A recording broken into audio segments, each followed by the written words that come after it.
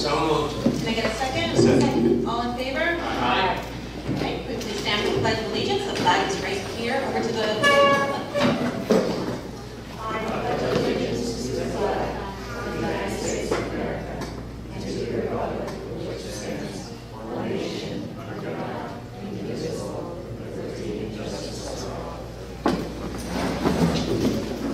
Hey, Linda, do you have any communications other than what's on our agenda this evening? No. All right, and for anyone who didn't catch on by what's in the drive, the second item that's on our communications list was actually something that was like handwritten and turned in, I think, to your office, Linda? Yes. So that's actually on the drive now, so that we can see it. When I first saw it, I was like, oh, I didn't get an email from them, so that's, we now have that information. And then the next item on our agenda is the approval of minutes from the public workshop and executive session for October 9th, 2017, and the regular public and executive session meeting from October 16th, 2017. Does anybody have any questions or concerns about what was up on the drive? No? In the minutes from last meeting, we voted on the, I forget which one it was, I believe it was about the, I had it written down. Food charges? You have next week. There too, was so- there was one portion where I voted against one of the policies. And it shows that I voted in the affirmative for all of them. But I'll shoot you a quick email on that one.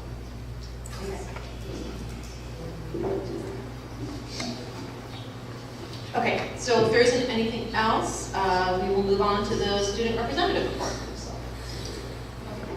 So we'll start with Irving. Irving will be having its PTO meeting on Monday, November 20th at 5:45 p.m. We don't have a report from Bartle, but in the middle school, the Scholastic Book Fair raised $868 in Scholastic dollars. Middle school teachers are requesting magazines from Scholastic Scope, Action, News, and Science that will promote reading. These magazines are currently under order and will be available for the next school year. And the Battle of the Books program is underway. The middle school teams will be competing in Manalapan in May 2018. The students are required to read 14 different books chosen by the library. And then moving on to our high school, we just had Spirit Week a couple weeks ago. Students spent each day dressing up for the different themes, and the hallway decorations were amazing this year. In the end, the seniors came in first, the freshmen came in second, the sophomores came in third, and the juniors came in fourth. The boys soccer team claimed victory over Asbury Park in a 5-1 game at the turf on Friday in the freezing cold. They've won the Group 1 sectional final for the first time in school history. We're all really excited, both boys.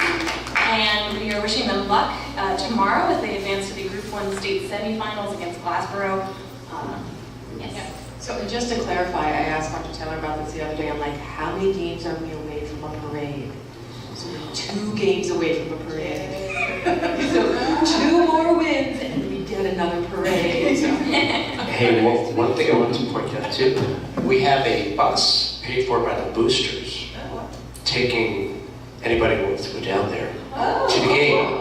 So there'll be information sent to, I suppose, all the high school families and guardians about I'd send it out to the whole district. Yeah. getting on board. Okay. Oh, wait, so where's that? Kids who are soccer When kids. is it? It's Fill that bus tomorrow. up. All right. It's tomorrow. So you might not know that. Yeah, where's that game? Boosters. The game is against Glassboro, which is in Haddonfield. At the field, and when is it tomorrow? Tomorrow at 6 6 o'clock. o'clock. Oh, it's 6 o'clock. Yeah, but it's an hour and a half drive, so Yeah. it's very tricky for Yeah. Haddonfield, yeah. Moving on, our AP Chemistry class has just won the LandX Factor nationwide competition. The class had to produce a video explaining why they needed a new laboratory, and they were able to win $5,000 that will be going toward renovating the Stephens Chemistry Laboratory, so that's awesome. So DECA just hosted its annual Halloween walkathon for the Make-A-Wish Foundation, and the club raised over $2,000. So students really enjoyed themselves on that Friday, and they did great work. The Environmental Club and Mr. Lassiter would just like to announce that the cutting boards and candle holders from the oak trees are coming in, and Mr. Lassiter expects that the complete order will be ready by sometime after Thanksgiving. given. Yeah, I've seen some of the cutting boards. They're beautiful. So that's really exciting for people who've ordered. The HP Drama Club will be presenting their production of The Election from November 16th to November 18th. Make sure you check it out. Dates are available on hpdrama.org. And finally, we'll have our traditional service day on November 22nd to focus on a number of service projects that will be sponsored by student-run clubs in the school. And I don't know if Ms. Barker has announced this officially yet to the student body, but the keynote speaker, why was your class that I talked about this, is not Kit Harrington. Right. I joked.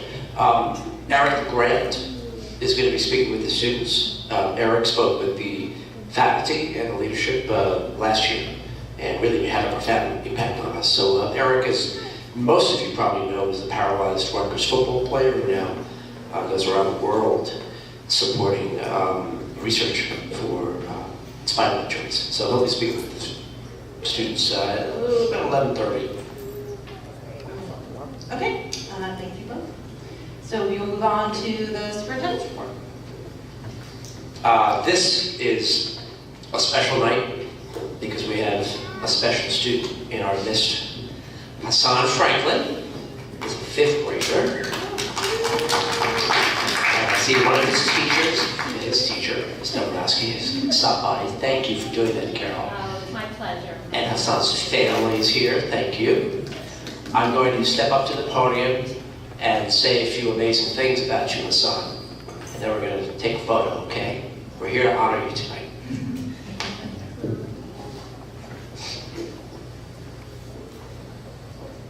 So, I want to read some of the notes that Mr. Benjamin also read to everybody last month about you, Hassan. One of the things that Mr. Benjamin talked a lot about was how teachers and principals, superintendents, people who are on the Board of Education work really hard to help students like you, Hassan, grow and become really powerful contributors to their community, help and give back. And what Mr. Benjamin was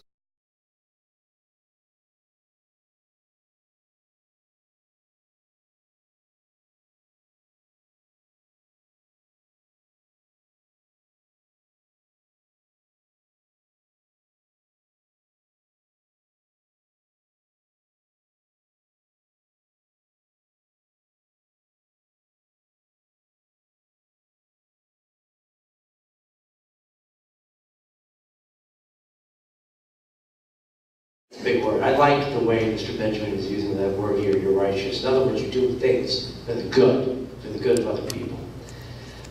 He presented this example several weeks ago. Hassan stumbled upon a wallet while he was walking to school. Were those bills? That's a lot of money. A lot of bills. I don't know what I would have done. Well, I like to think I would have done the same thing. I have to say you did. So when some might have said, hey, no one saw me pick up this wallet and I could really use the money, Hassan said the opposite.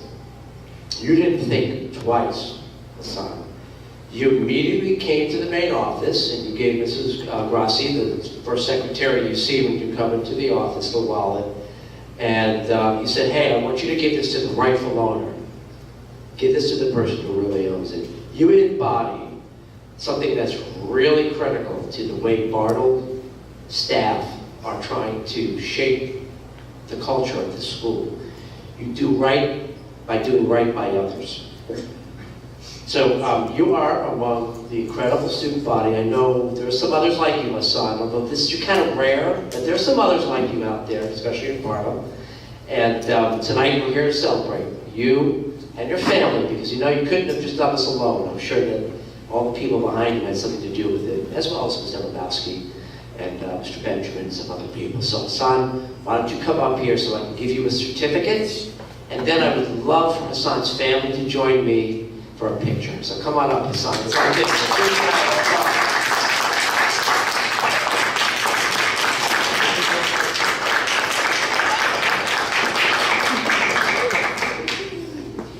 Carol, you want to come up with this?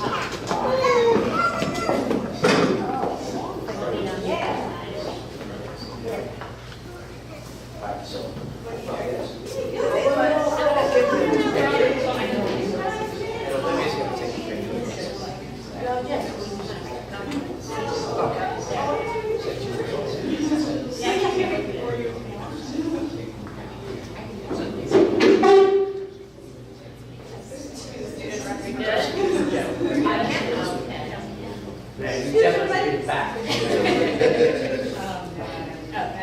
How's this, guys?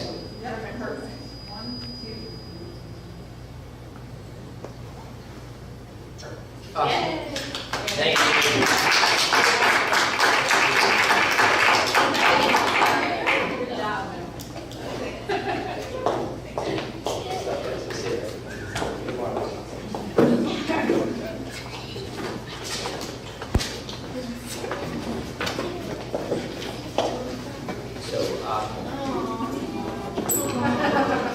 So Franklin family, you can head out.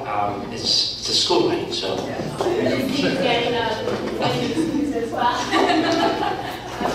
Take care. The second piece of my presentation has Elsie speaking about the China exchange program that I know I've been talking to the curriculum committee about with the full board quite extensively. Elsie is here to talk more about what our vision is for sending some of our Highland Park students to China if the board is approving. And of course, I'll answer any questions you have. I have a pointer for you. All you guys just press that big one. And it dances. Just turn it on for you. Well, good evening, everyone, and thank you for having me. Good evening, Elsie. Thanks. Well, I'm Elsie Costa Dublin, and I feel like a lifetime resident of Highland Park. Although I've only been here over 25 years, not quite lifetime yet. But I'm excited about this program that I'm involved with. And for the past few years, there has been a lot of international students coming into our school. And we have created programs such as immersion programs, winter camps, and summer camps throughout the year. And mostly the students come from China. The company that I'm working with in China offered up an opportunity that I think would benefit our students here in Highland Park as we make our diverse corner of the globe even more diverse by not only having Chinese students come into our school system, stay with our American family, learning our culture, but it gives us an opportunity to go to China, to visit China, to visit the schools, to see what the Chinese school system is like, and also to share their culture. And I think it would be a great opportunity for our students to be given that chance. With that said, I'm going to be showing you a presentation about what is involved in going on the China trip, the expenses that would incur, the parts of China that you would be, if they were approved, they would be going into. And I'll start my presentation. We're going to talk about the mission, travel information, health and safety guidelines, the Chinese culture and etiquette, and students, the Chinese students and American students emerging together. The mission is for American students to visit China and to learn their culture and to create a very diverse cultural share. Our agency has been doing this for the past 12 years, and we're hoping that Highland Park would be one of the teams that would be going in, especially it's my hometown. So it would be wonderful that I would be able to extend this. And I'm going to go over some of the concerns that parents would naturally have taking kids out of the country on such a long journey. The long journey is a 14-hour flight, so the flight leaves from Newark. So I normally would leave on, say, Friday afternoon and arrive in China on Saturday morning or Friday morning, because we lose a day. The educators that would accompany on the trip, anywhere from 10 to 15 students, selected students, would be able to go on the trip with 3 to 4 educators. The educators would stay in hotels, and while the students would stay in the dormitory with the Chinese students. The dormitories are fully equipped with internet, space, and because most Chinese students do stay in a dormitory system, they don't go home like our kids do oftentimes. So that's why they would stay within the dormitory to create that true cultural exchange feeling.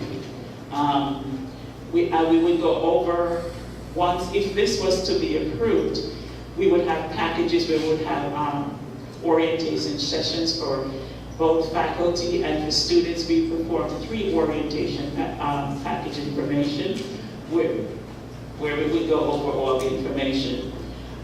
We would talk about such things as packing luggage, airport custom, currency exchange, eating and drinking, culture, and making sure that the kids have internet so they can stay in contact with their families.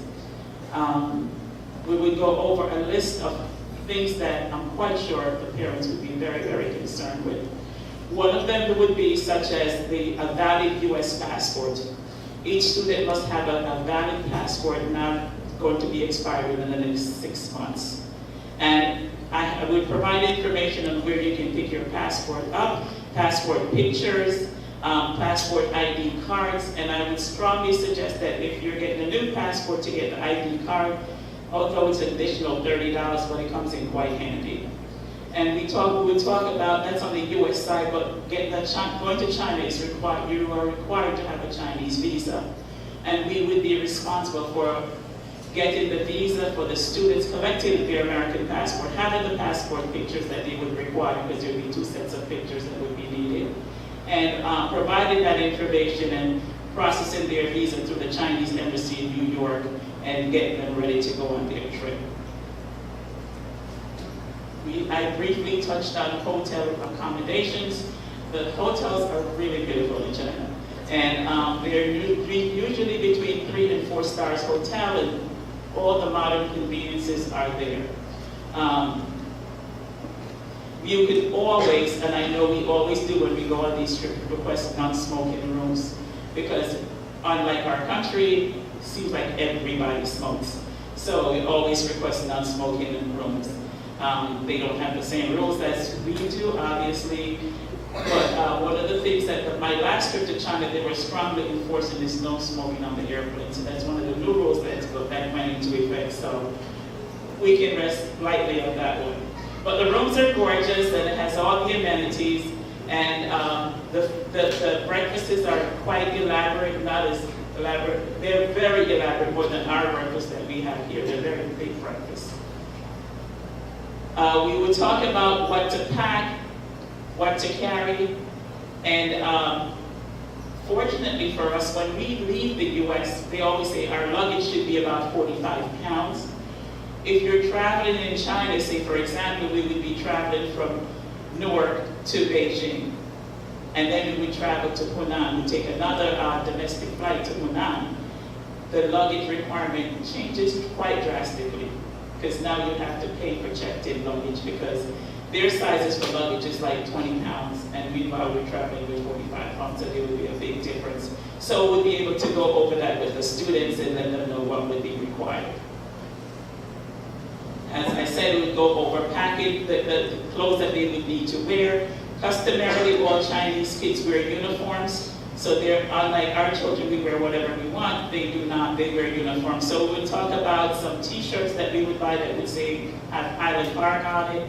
We'll talk about lanyards that they would have at all times that they would have to wear, so they're self-identified wherever they go. And special days where they, normally when they go to China, you would have someone from the Department of Education that comes in and meet the delegation, and they make you feel real special. You pull up to the school and there's lights flashing with welcome New Jersey students, and it's really exciting. The kids feel special. They put on a whole parade for the students, and it's really an awesome feeling, because they feel very warm and very welcome, and the kids are excited and happy to have them in their midst and to learn from them and to talk about America and to do all the share.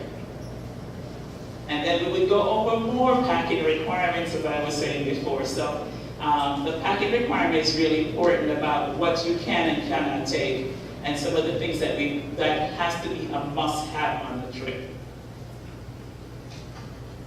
And then we would have information for the families as well. So just about everything in the orientation that we would provide the students with, a handbook where the students would have, the families, the American family would have the same handbook, the same emergency contacts, the contacts in China such as the school, the teachers, wherever the students are going to be staying, they would have all that important information readily available.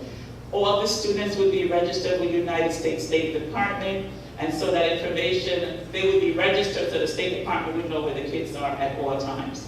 So safety is our #1 concern, so we make sure that they're registered with the state and they would know where they are at any given moment. So if a parent had a concern, we want to make sure that all their concerns are answered, and safety is really important for us and for the Chinese, because they want to make sure that when our children come to visit them, they want to make sure that the kids go home with an excellent report and give them the best, so they really roll out the red carpet for the kids. Gifting is very important to the Chinese. They love to give gifts, and there are certain cultural gifts that are acceptable and certain that are not. Like, for example, we would not bring a clock because that's considered bad luck. We would not bring shoes because that's considered bad luck. So there are certain things that we go about what kind of gift is appropriate from our school, such as stuff that says the owl. That would be very, very acceptable, and they would be very happy to have something that says Highland Park, or t-shirts or what have you, and candy. Chocolate is always really important. And then I just touched on the luggage restriction, and we would go over that again in the orientation session. International flights, we talk about leaving from Newark, and there's a flight from JFK, there's a flight from Newark.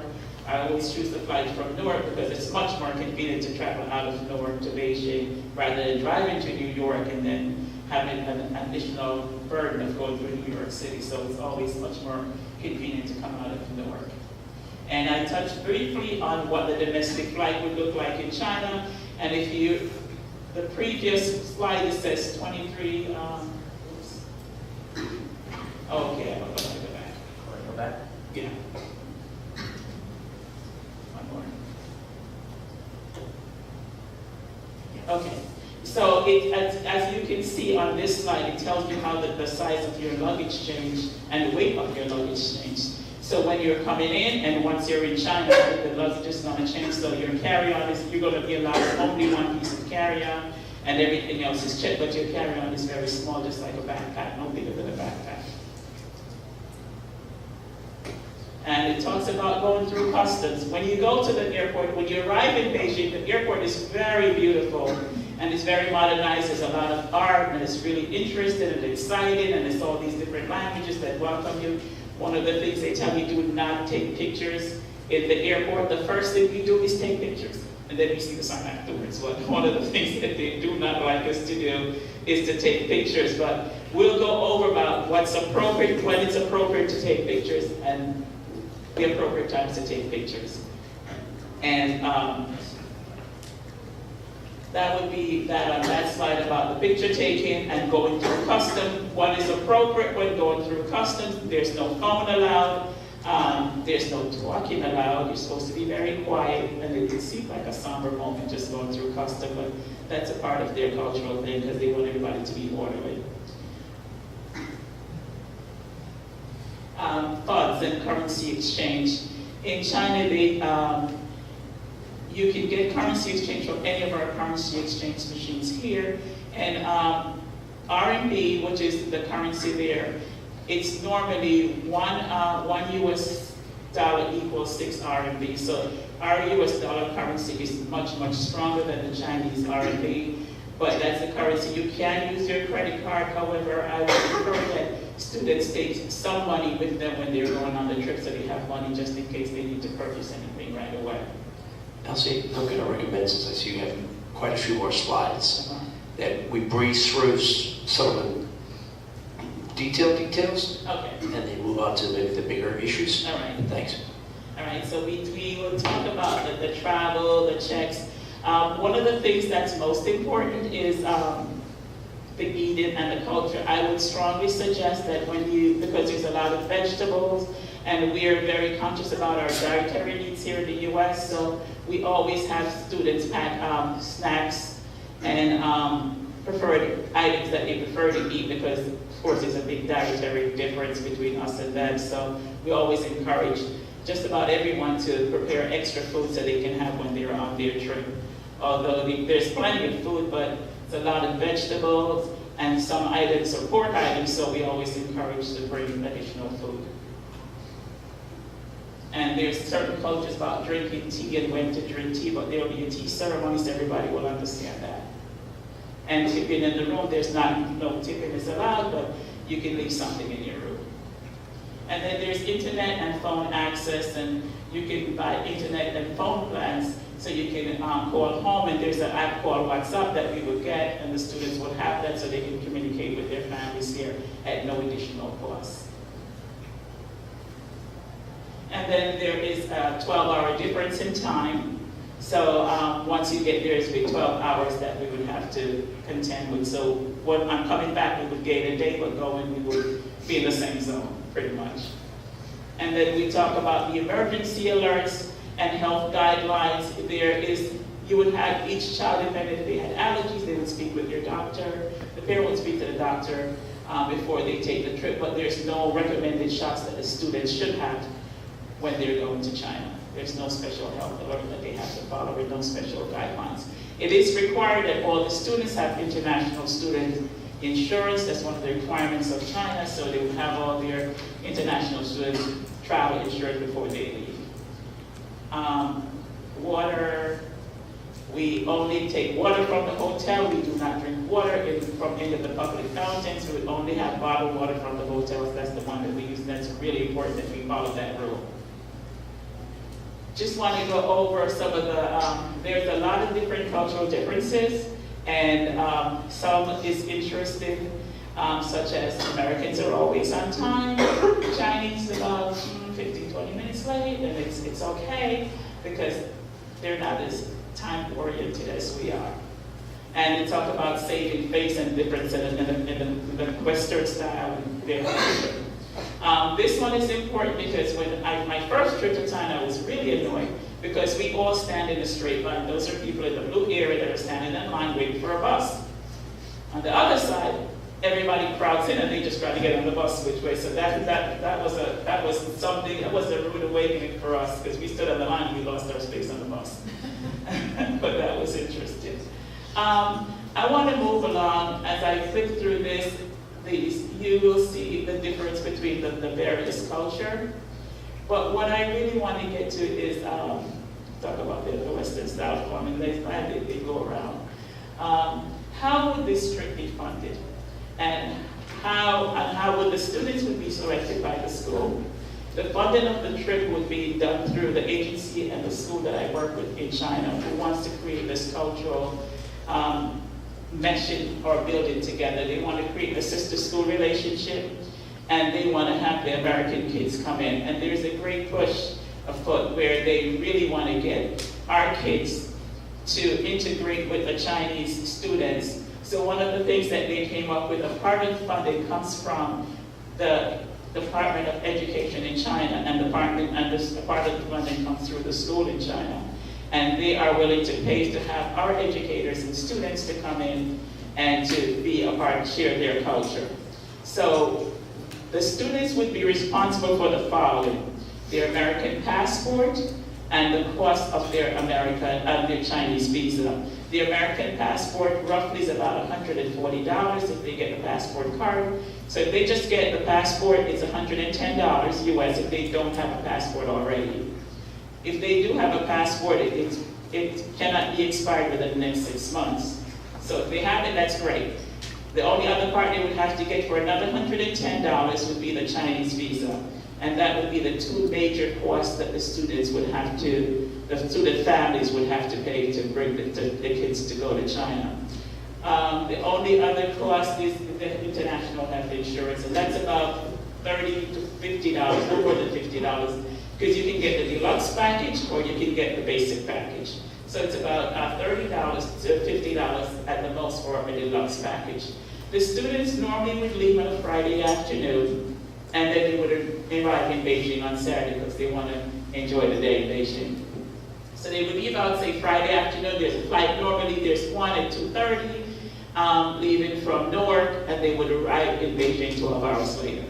And they would leave Friday, and they would come back on the following Saturday. So they would leave on Saturday, but they would actually arrive back in the US on Saturday, because it's a 7-day trip. Normally the trip is over the spring break holiday, and so the kids are not losing any time from being in school because they would have been out of school already. So that's when we normally choose the trips to go. There's twice a year that we do these trips. One is the winter break, which is the Christmas holiday season, and the other would be spring break. So the kids are not losing any classroom times. Both of those times, the Chinese kids, they really don't celebrate Christmas. So the kids are in school during that time of year. They celebrate Chinese New Year, which is in the end of January, beginning of February, so they're out of school then. So it would not impact their classroom time, and our kids would be out of school, so it would be an even wash, so to speak. What else? How many students would you want to take? I would recommend no more than 10 to 15 students, or possibly four teachers, or faculty, I should say, or educators. Because anything more than that, it's the first time that our educators would be going to China, and I think it would be better managed if you had a smaller group rather than a larger group. Yes. Where would you be going? Where in China? Hunan. We'd be going to Hunan province. H-U-A-N-A-N? Yes, Okay. yes. My Hunan province, yes. Hunan, okay. And that's a And- province, and what city? It's Hunan, it's a province, and I want to say it's Hubei province. But it's easier for me to tell you that they would be going to the Maple Leaf system, the Maple Leaf school. The Maple Leaf system is a model of schools that we have in Canada, that's why it's called Maple Leaf. So they would be going to a school where it's modeled after the Canadian school system. And approximately anywhere from 5,000 to 10,000 students attend that school. Is it teaching in Chinese, I assume? Yes, they have the Maple Leaf system. The reason why they have a Maple Leaf system is because they wanted to have an English-speaking department. So there is an English-speaking department with English-speaking faculty, but most of the school is Mandarin. Other questions? I think we're at that point, right, Elsie, where we can open up? I was wondering, do the schools there have accommodations for special needs students as we have here? No, they don't. No, they're not at that point as yet. How have other school districts chosen the students that might go on a program like this? They normally go by grades, participation. They choose within themselves. They look at students, how have their grades been, reward system for some students who have really pulled themselves together and are doing really good through the school year. It could be a child that had a problem earlier on in the year. They've seen improvement, so it's a reward system to get them to go on this trip. And then some school districts, some of them have implemented Mandarin in their school district, so the kids who are learning Mandarin, they would try to get the kids from the Mandarin. And the kids the students would be in classes in those schools? They would go to classes with the Chinese kids on a daily basis. You know, I don't want to change the topic, I'm really not. The Chinese school system has a big push right now, which I know about because my wife is meeting this coming Monday, a week from today, with a group of Chinese principals who are going to be discussing with her and another faculty colleague at the college that she just retired from about going to China and working with principals of schools there and teaching them some of the American systems. Mm-hmm. All expenses paid, they're covering it. Yes. And this is the second or third group that's approached them. Mm-hmm. So it's clear that they want to bring American ideals and inculcate that into their system. It's a desperate need for the Chinese to do that because one of the things that the students have very long school days. It could be 14-hour days, and it's based on study. And sometimes these kids go to school 7 days a week, and there is no break. And when they come to the U.S., they can't believe it. They're like, "Oh, this is nothing." And, you know, because even for PE, it's like a couple of minutes of PE and that's it, because they're back to studying, because it's with the population being so large, it's really competitive, and you have to do your utmost best to get into colleges. So what they're trying to look at is how do we do it? What are some of the models that they can implement from and learn from us? And how do we get our kids their kids to start doing a lot of critical thinking like our students do, and how they can expand on their colleges. So the more Western thinking they have in place, the better it is for them. Elsie, did you say that our students would be sitting in the classrooms with the Chinese students? That is correct. Right, and so are they going to be in the classroom for 14 hours? No, they would not. Oh. They would make concessions because they know that our kids would have a major meltdown. That concessions would be made. They would be going to school for about 6 to 7 hours per day. Right, and They would, because it's not just school. They want to bring them on excursion trips. The kids would visit, say, the Great Wall of China, the Forbidden City, the Temple of Buddha. There's a lot of different places that they wanted the kids to have this whole cultural awareness to. right, so that whole period, they would not, how many days would they be in? They would be in school for 5 days, but it could be up to 5 to 6 hours per day that they would be in the classrooms. And again, the classes are taught in Chinese? The classes, they could go to, there's some of the classes that are taught in Chinese and some of the classes that are taught in English. But in a week, they're not going to really learn Mandarin, they're going for this cultural experience that they're going to have.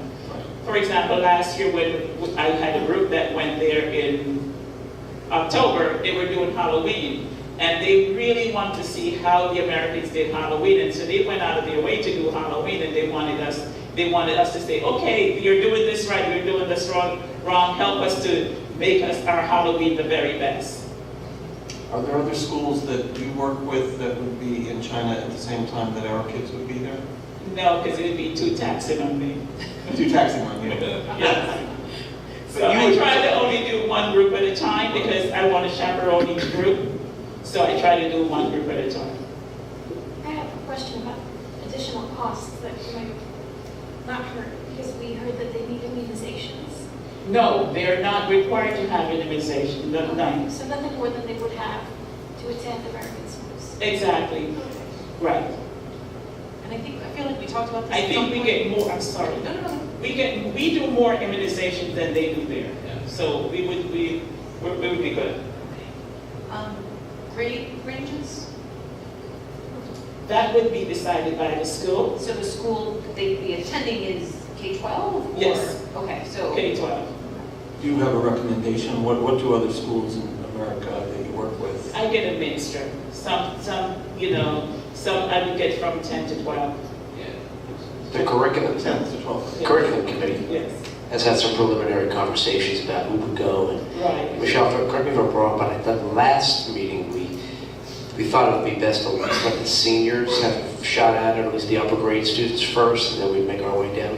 Yeah, we talked something about maybe a weighted lottery with the seniors having a little bit more weight on them since it's their last opportunity to go. But that we tried to make it, we were talking with, our idea was that we tried to make it as open and equal as possible.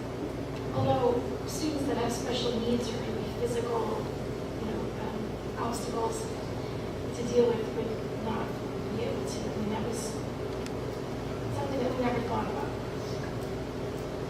Unfortunately, they don't have any facilities built in.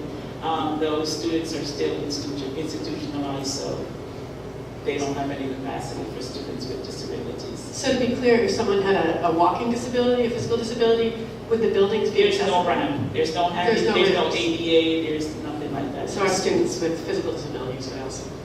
And we make the students aware that the food in Hunan is very spicy before they Yes. go. And we would also make sure the students know they should pack Cipro. Yes. So just in case the,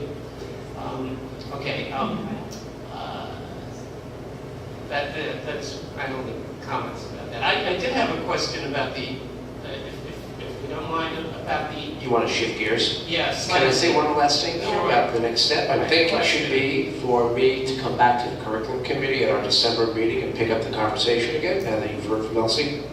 Does that sound, Yeah, my only concern good idea. is, I mean, my main concern is timing. You know, that this wouldn't be possible if we're having discussions in December, where there was supposed to be a delegation of staff going to scout out or something in December, but we're still having discussions in December. So this would be a program that we're looking at for 18-19 school year. Is that right? I think the timing would be, still work. It would still. Because I think we were talking about January Yes. being when we have to have the students identified, the staff identified. Oh, well, I just had the pleasure of getting a passport. And I know it takes longer than a month, you know, because we did everything we should have done, maybe we snuck it under the wire, but it took us several months to get all of our paperwork in order, so timing is an issue, I think. For your Chinese visa, it takes 2 weeks. For the U.S. passport, if we had, normally what we do an orientation session. And we do a passport, making sure that all the paperwork, because we send everything to the families and ask them to complete it. Then we bring everybody back in and we do pizza and we make sure all the forms are completed and all the documents are together. And then someone would take them to Philadelphia and get them processed. Okay, in person.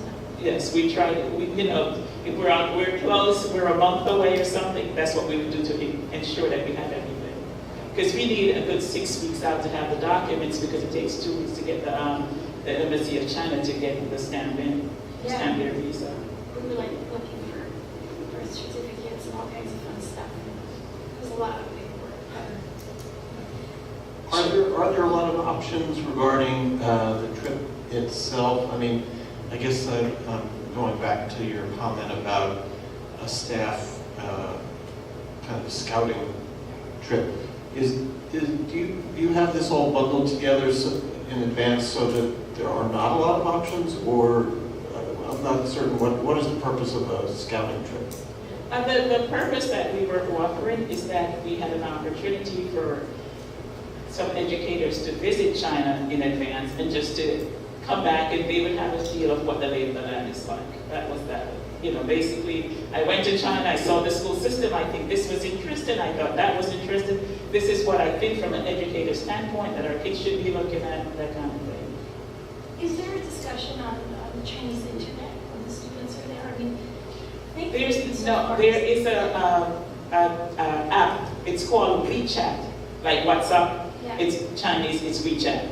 And the WeChat, you can do your banking, they do just about everything on there. They're not so big on the internet, but WeChat is the app that does everything in China.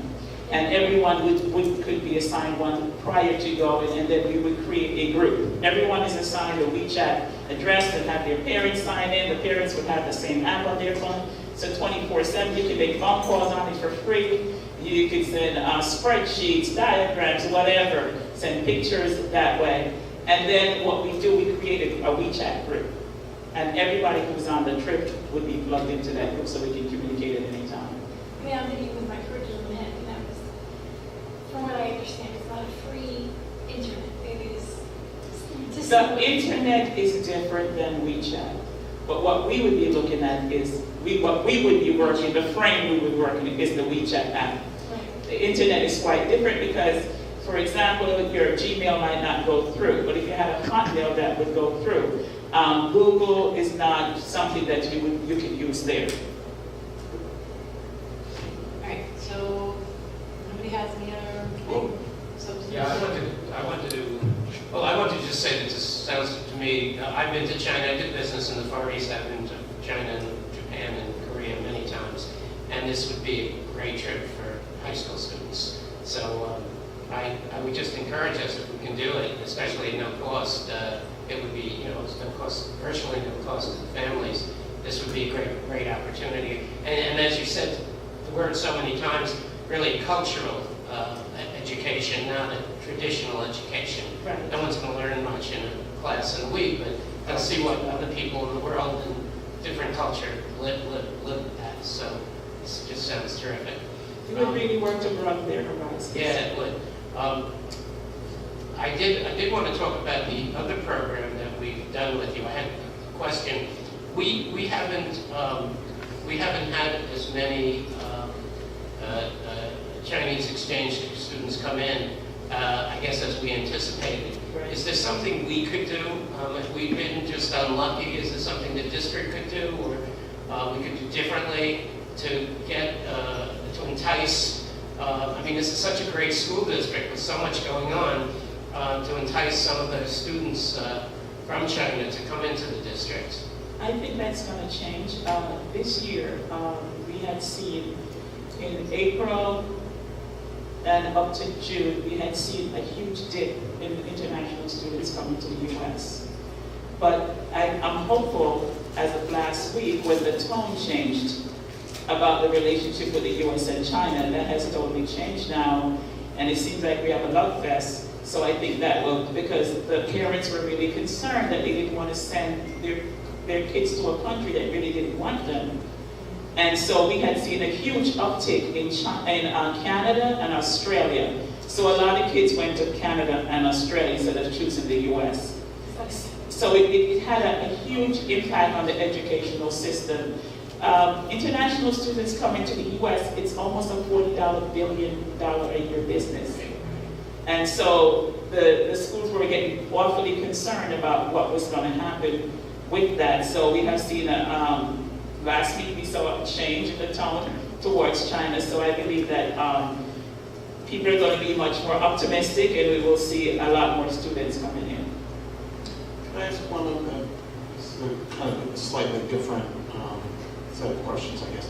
This is about, I guess, finances and insurance. Is there insurance that you would be taking on or providing for? I mean, if parents send their kids to China, do they take Who covers the on insurance? additional insurance on? No, they would purchase the international student insurance, and that's between $30 and $50. So you can get the Cadillac package, and that would be $50, or you can get the nominal package, and that would be $30 at the most. Right. And what happens if something were to They go have wrong? really good hospitals. Were to go wrong? No, I mean with the trip itself. What? For the example, cost, there's if a child would get lost, we would have not only our educators going on the trip, but from the English department in the school, they would be monitored by those English-speaking professionals there as well. So if a child got lost, that's why we have the group for WeChat. We have the lanyard that they would wear. When we go out in the fields and we're going on a trip, they would be wearing their Highland Park t-shirts, so they're easily identified. We have a flag that we use when we go out. We pop the flag up and everybody follows the flag around, just like you do in Europe. So you have the flag, and we go through great lengths to make sure all our students are with us. And not only that, we stand out. We stand out a lot. And I guess the last question is regarding, you're not a volunteer, right? You're a company. My organization provides the services to the Chinese agencies and to the schools. You provide the services to the Chinese agency, and I have and an organization. So they have a contract with you that's a Correct. financial agreement of some sort. And do we as a school district get that copy of that, or do we see that? I'm sorry. Would we see, so that we would know what all of the finances are, where dollars are flowing from whom to whom, all of that? I think your question is that what's the dollar amount that comes into the school district? I think you're concerned about the source. Who is funding from the Chinese side? They're paying for our children to come. And they're paying for their kids to come here. And they're also paying you, I guess, as well. As a company, yes. As all companies, we receive compensation. I guess what my question, exactly, so my question is, if we're doing this business with you, do we have financial documentation on your company? Why would that be necessary, to have curiosity? Well, if your company is running this program, would we not want to be certain about the finances? We're not putting money out into Elsie's business. Right, I understand that. Are you concerned about the sources on the Chinese side to make sure nobody's funding it, that the district might have a concern with? Well, I have concerns about, you know, what the incentives are to make this program go. What the incentives are that the Chinese are really looking into expanding the opportunities for their citizenships, for their citizens, and they're looking to at the US, at Canada, and Australia to educate their almost 2.5 billion people. And I think Elsie said the majority of the funding is coming from their Department of Education. It's coming from the Department of Education. From our department. From their Department of It's Education. a It's a government initiative. right. So that's the funding to run the trip as well as to pay you. It's all one thing? Is that correct? Our agreement, we have an agreement with the agencies in China and with the educational department, and through that agreement, our compensations are made. Lest I be making too big a joke, this is a program to make China great again. But I did want to say an interesting gift. I'm a little off topic. When we went to the Far East, you get a nice little red box and you put a US silver dollar in it in red paper. And you give that to the person you're working with. And those silver dollars for the 1800s, 100% silver, they cost $10, $20, $30 at the most. And the people who get those really, really, really like that as a gift. And it's very easy to put in your luggage. And so, just a recommendation, if anyone here goes, that's a thing to do. They will remember you forever. I want one of those. Give me one of those. I'll remember you forever. One of the big push now, the kids want chocolate, they want American chocolate. And the Rocher chocolate, why? It's a huge hit. That's not American, though, Rocher chocolate, is But it? they think it's American. But the gifting is very important because they give very elaborate gifts too. And that's a cultural thing. I just happened to see last week with President's trip over there that his granddaughter had given some sort of presentation. She was reciting poetry and singing songs. So my oldest daughter said, "Wow, that's amazing. It's amazing that, the Chinese people would think that's amazing." And it was kind of blowing up on WeChat. It was like millions of views in minutes, so. Yeah, they anything that Americans share with them, they think it's so amazing because not often they have the opportunity to be in a room or to be next to an American to, you go and you sing. 2 years ago at Christmas time, we went to this place and we sang Christmas carols and it was like, we were given standing ovation. It was like, wow. Oh, she was singing in Chinese. Oh, Yeah, so this took an extra effort, I guess, but the gesture was really profound, apparently. well, my son learned Mandarin here. And when we had the Chinese program at Urban School, my son learned Mandarin. And he's going to be teaching in that same school district in China. So, yes. And he speaks Mandarin. So. Very cool. Any other questions? Everybody good? Yeah, we're good. Okay. Thank you so much. Elsie. All right, good night.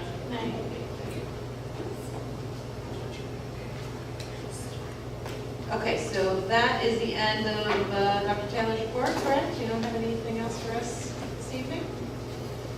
So that brings us, we moved my report to the beginning so that we can finally bust our way through these board goals. So you'll notice that Scott, good night, Elsie, thank you. Thank you. You'll notice that Scott has the proposal that Ann had sent around after the last board meeting that I was not at. So hopefully everybody has had an opportunity to take a look at that. And so the way that Scott came up with this is looking at our board goals, which if anybody has our printed copy or has your electronic copy of the old goals, last year's goals, which are on the end of our agenda. Like if you look at the goals that are on the agenda at the end, we had things like, research, high school start times, homework effectiveness and practices in other school districts. Things that we've done were removed. So the only things that were moved forward from last year's board goals to this year's board goals were things that Scott felt like, we're not quite there yet. So if there's anything that's already been researched or we're well on our way to moving forward with, then those were removed. So, and of course, this is still, for anybody who's watching at home, this is based off of the strategic planning work that we did now, a year and a half ago, coming up on. Yeah, so, solid year and a half ago. So that was kind of, I think we were thinking of it as a 3-year plan for the most part. I was thinking that after this year, we would convene the community again and look at another 2 years. Right. We would take it in 2-year chunks. So, the good thing about doing that is it's taken a lot of the guesswork out of doing board goals. I mean, with the first year or two that I was on the board, every year it was just kind of like you were kind of stabbing at the dark and stuff. Like, I don't know, how about we do this year? Or, well, okay, let's just keep our ones from last year. Like, there wasn't a framework to do it. Now we have this very solid framework through the strategic plan. That was that document that was, we put together with board input, administrative input, teacher input, community input, student input. So, the good thing is we don't have to reinvent the wheel every year. So on this first one, goal 1.1, did anybody have anything there that they felt was missing, something that was there last year that isn't there this year, that they thought should be moved forward? I have a quick question. Just make sure you Excuse me, I'm sorry. One of the things. Morning meeting is already happening, right? And is that right? Is that happening just at Irving? What's morning meeting? Where is that going to be happening? And have we already implemented it such that it should no longer be a goal? Or Morning meeting is fully institutionalized at Irving. It's at Bard, although we want to be sure that it's across the board happening in grades 2-5 classrooms. okay, Which is why I thought it'd be good for us to roll it over. excellent. Thank you. And, we can add, something that I was thinking of, and I think an email you sent earlier today, Rob, was related to I don't know if we have this further down, but was related to the work that we want to do around honors option and looking at what we did in the one social studies class for this year. Do we have that? Yes. For what exactly, Darcy? The honors option. That was in and- 2, I believe. Is that in 2? Okay. Oh, yeah, that's later. Okay. And I want to point out that Mark, in regard to that, Mark, I didn't add your comments yet to the document because I ran out of time. Oh, okay. But I was not attempting to Yeah, skip I made over a them. few comments about the honors. Yes, so Okay. please read it. Okay, so we'll get there when we get to the 1.2. Okay. All right. The other one that I mentioned today was the kind of play-based learning Yes. to promote that in the lowest age Lower groups, pre-K and kindergarten, as opposed to more kind of academic-oriented learning in those grades. So I don't know if But that that didn't belongs show up on this initial proposal for our board goals, but I will add it. It's still part of our strategic plan. I didn't add it because it hasn't been as primary a focus as these things, but there's no reason why I can't throw it in there, so. So why don't can we come up with a statement there that we want to add?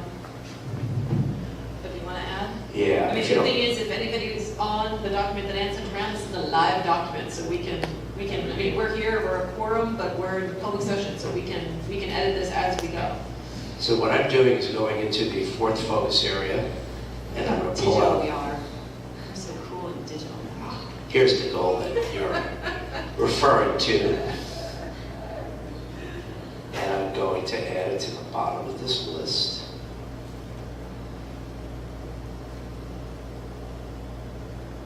So that's the goal.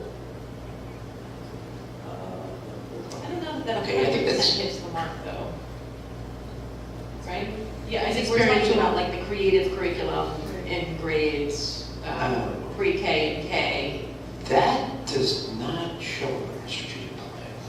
Is that what the creative curriculum is about or not? I don't really know what the creative curriculum is aside from it's up here. It's one of the 4 core department that approved pre-K package programs, and we happen to incorporate it into our pre-K classes. So does that incorporate the play-based aspect that Rob Magziner was referring to, or? Well, it's already in place. I think what I'm hearing is, Mark, you're talking more about the need for play.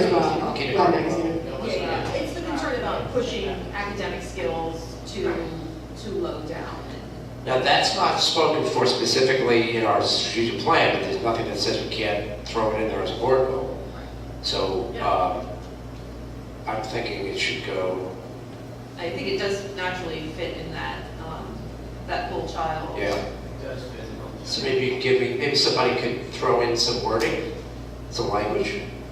Since it's not in the strategic plan, we have to invent it to create it.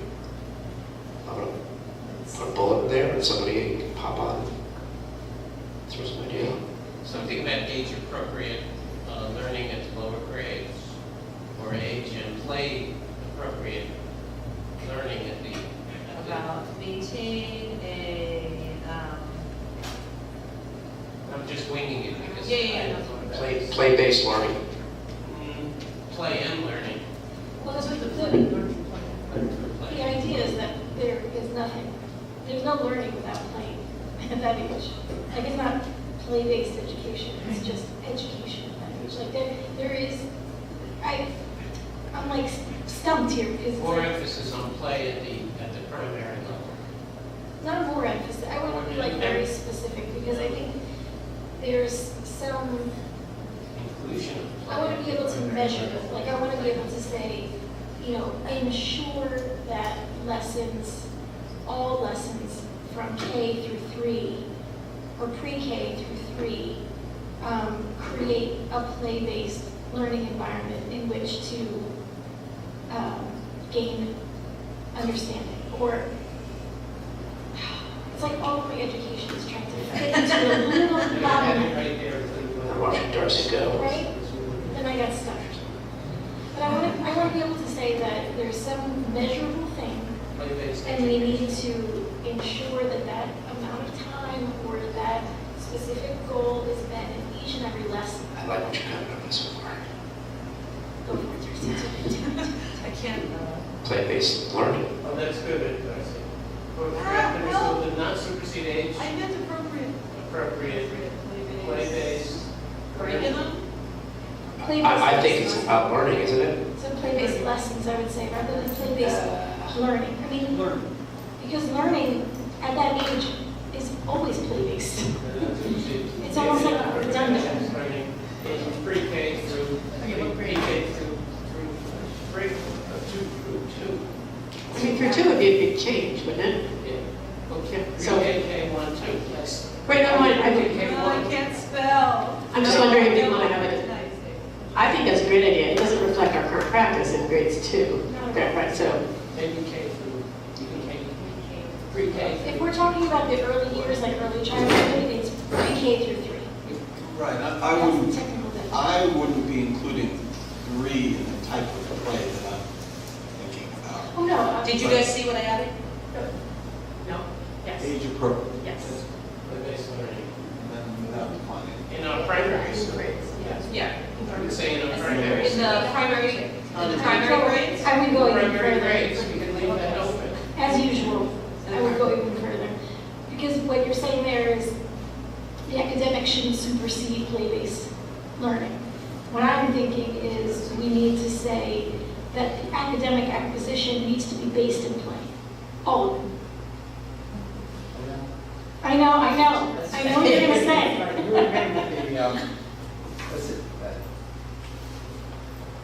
Well, no, this is a This radical. doesn't argue with what you're saying. These words do not argue with what No, you're it's just saying, an Michelle. interpretation. Yeah, I think we I'm should just, have I'm it. just being bold. It's not supersede. Play-based learning.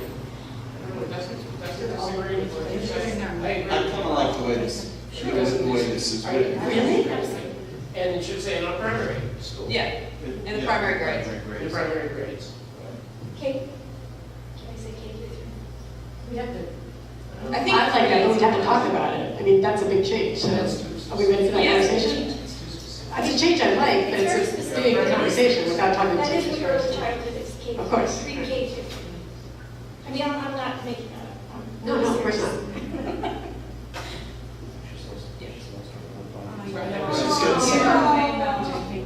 Sorry, Yeah.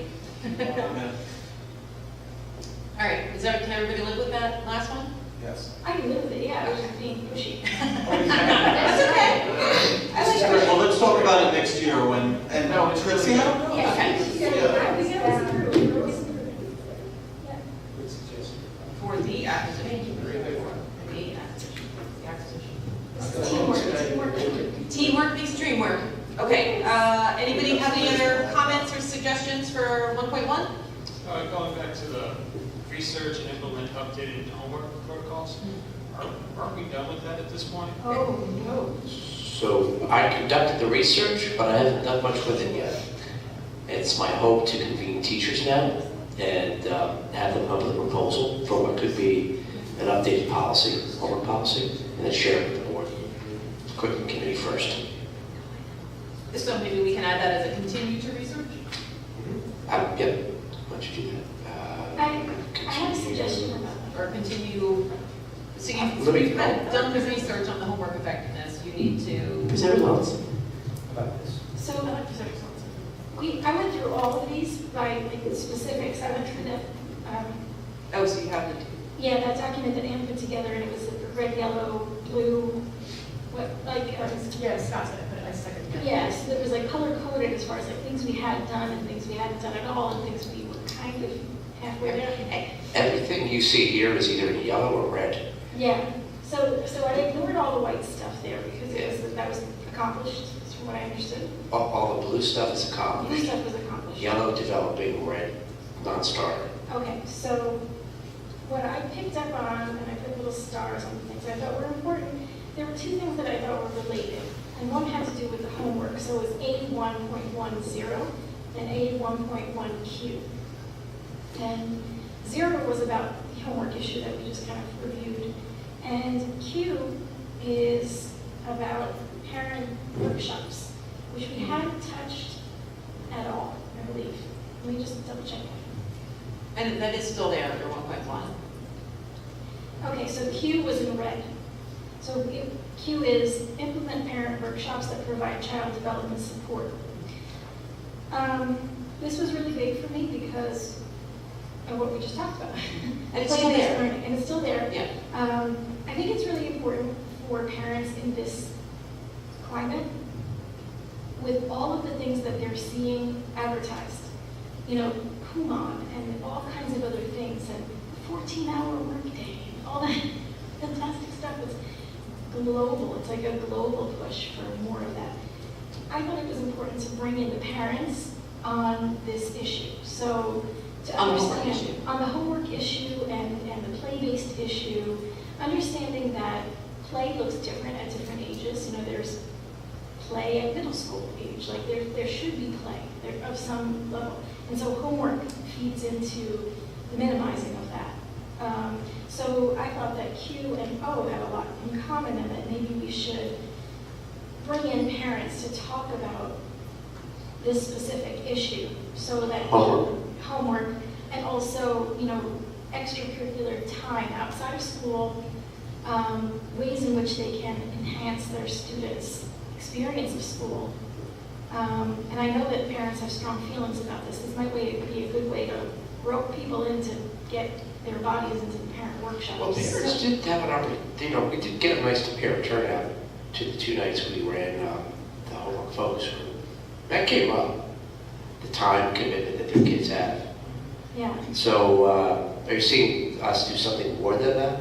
I was hoping that we could have a broader discussion about it, not just the committee or the group that was invited, but if we could make that like a town-wide discussion.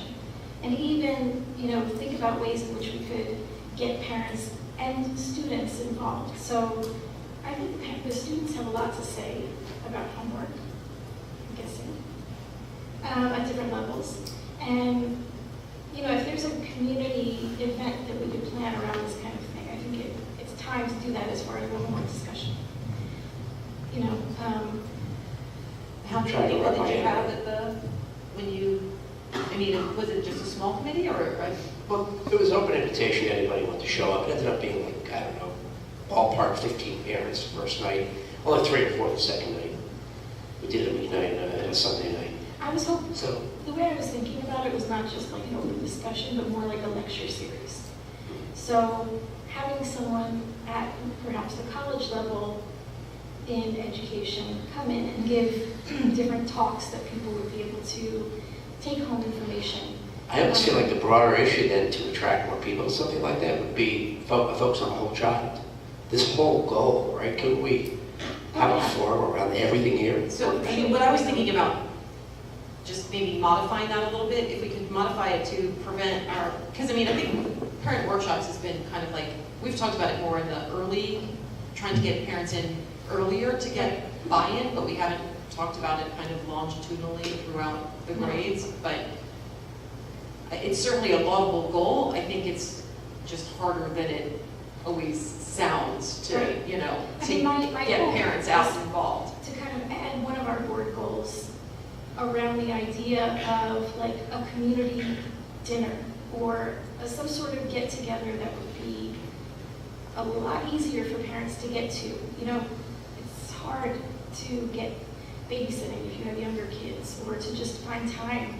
So if one of our board goals could be around like community organizing or something, I don't know if that's the right term, but to provide some kind of forum where a lecture series would be like the event, but there would also be babysitting provided by National Honor Society or, you know. I feel like if we're expending that kind of community capital, I don't know if that homework is the thing that we want to expend it on. Do you know what I mean? I mean, because we've No. got like huge, Yeah, no, the idea wouldn't just be about homework, it would just be starting some sort of community-wide like gathering. well, and I think that's what we're trying to do. We've talked about doing around the detracking stuff. And I mean, and then I think all those pieces would come into play around that. So, I mean, does that fit into what you're? Yeah, I mean, it could. The idea was just to have some sort of board goal around gathering face-to-face, rather than talking about the Chinese program. Well, and I think that there's, I mean, that's kind of what I'm envisioning around the conversation around detracking and the anniversary of the desegregation. I mean, I think all of that needs to Right. be pulled into a conversation about where we've been and where we're going. So it does and fit why. under the umbrella of whole Yeah, child so- education, so maybe there's a way that we can talk about Q in terms of that, you know. Or, I maybe- mean, or it could easily go under 1.2 also, the district will ensure the inclusion and support of students of all abilities, races, cultures, you know, like that, what we're trying to do is, you know, teach all of our kids Right. together in a more inclusive, And affirming I think environment. no one in the district, you know, staff, board members, whatever, would disagree. My concern is that there might be parents that might not understand what we're trying to do.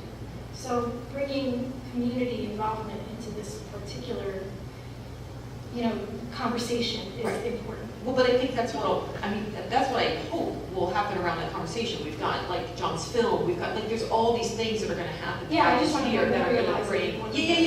Yeah, but I don't know if 1.1 is a place to do it or 1.2, what do people? I would think it would be around the entire, Scott's entire strategic plan. It It could almost be feels like it's that. the entire strategic plan and all the board goals together, like Scott was saying.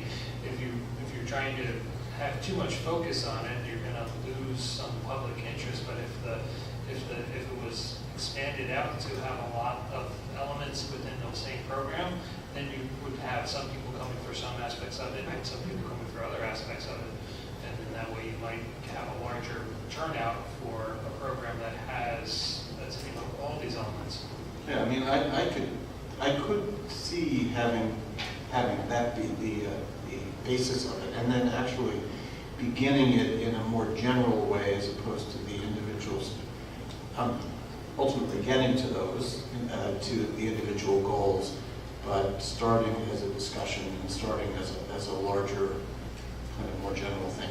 But I'm on So it's board the with the 30th idea of anniversary, having right? a community conversation about where So we're headed. it's the 30th anniversary. What about just making it a board goal to plan a lecture and discussion series surrounding the 30th anniversary of the Highland Parks desegregation. That would be fantastic. You know, and then that could encompass Everything. everything. Yeah. So we just make that like a free-floating goal at the end. I think we don't necessarily have to put that under any particular goal, but there are lots of things will fit into that, you know, I mean, the conversation around John's film will fit into that, like, Right. and maybe we can make that something that the Equity and Excellence Committee works on for this year is whatever events are gonna be planned as part of that, Right. as part of that series. Yeah, bringing in other community groups to advise. Yeah. Yeah, talking to the, you know, the commission, talking, you know, like, talk, yeah. Right. Yeah, letting everyone know, this is one of our goals this year, and, you know, how can the town, how can yeah, I can't wait to dive into all that. So, I'm sorry, I have a question about the desegregation, and it's just brief. So is the 30th year anniversary? That's actually the Is it 40th. But even if it's That makes the 40th, that would mean that Highland Park desegregated in 1977? Yes, yes. But I've also talked with certain alumni who graduated in 76 and 77, and people who graduated earlier, and they say that the schools were integrated when they were there. So I'm just confused about the, Not according to the state and federal governments. so, My wife was on the school board in 1977, believe it or not, those of you who know her. And we got 9 years old. She was about 9 years old. The federal government, might have come down through the state, cited Highland Park for segregated schools. And it doesn't really matter in a sense, because we were all surprised, it doesn't really matter what the appearance was to people, but the town had the neighborhood elementary schools. And those schools had different groups of people in them, and they were definitely, if you look at the statistics, they were definitely segregated. well, I'm aware of the different, Yeah. based on like different neighborhoods. We have the Highland Park history book in my house, Sure. it's like on our coffee table. But in terms of was the high school not like, that's what I guess what I'm just confused about, and I trust But the there was research one high and stuff. school. I'm There was just one high school. So, One high school. so, That's not what was cited, though. So- The elementary schools was cited. so it was the lower grades that was Yes. segregated, even if the high school was essentially. It was, I'm going to say, unfortunately, de facto segregated. I mean, it's the same topic we're talking about with honors and honors option and AP. There were definitely tracks in the high school, and you'd see tracks that matched the kids from different elementary schools. But I that don't think wasn't, it was cited, but I think Right. the elementary schools were definitely cited as being segregated. and that's, Sadly. that was also why, as I recall, that's why we were also losing students. So there was a sale of one school Right. ultimately. Were they all K through 6?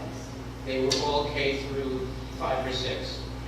Lafayette, Hamilton, and Irving. And they were in different parts of town. One was in the south side, one was in the north side. I can't believe, remember all of this. And Hamilton was where the central school is. That's the central school. Lafayette is now condos. Sounds second. Oh, okay. And Irving is Irving. And the three populations were different. And that followed the kids, they never saw each other until they got to middle school, and which was Bartle. Bartle was the middle school, and it followed the kids around. Mark Krieger, board historian. Sorry, indeed. And then I was on the board soon after again, and it was just after that, and we saw lots of changes. The schools being sold, people. Tremendous resistance. There was tremendous resistance to certain parts of town of their kids going to Irving, depending. But it was that we would desegregate. We were segregated according to the authorities and had to desegregate. It's pretty amazing. If you guys are interested, I can email the series of articles about the topic. You might find it very interesting. The guy from the historians. I'd appreciate that. I mean, I know a lot of the history, but it's And still. Jerry Pomper, you just passed Jerry Pomper, who's board president of Around. Oh, here it is. Oh, no, that's Jim, that's Jim Scamater. Jim was the superintendent of schools.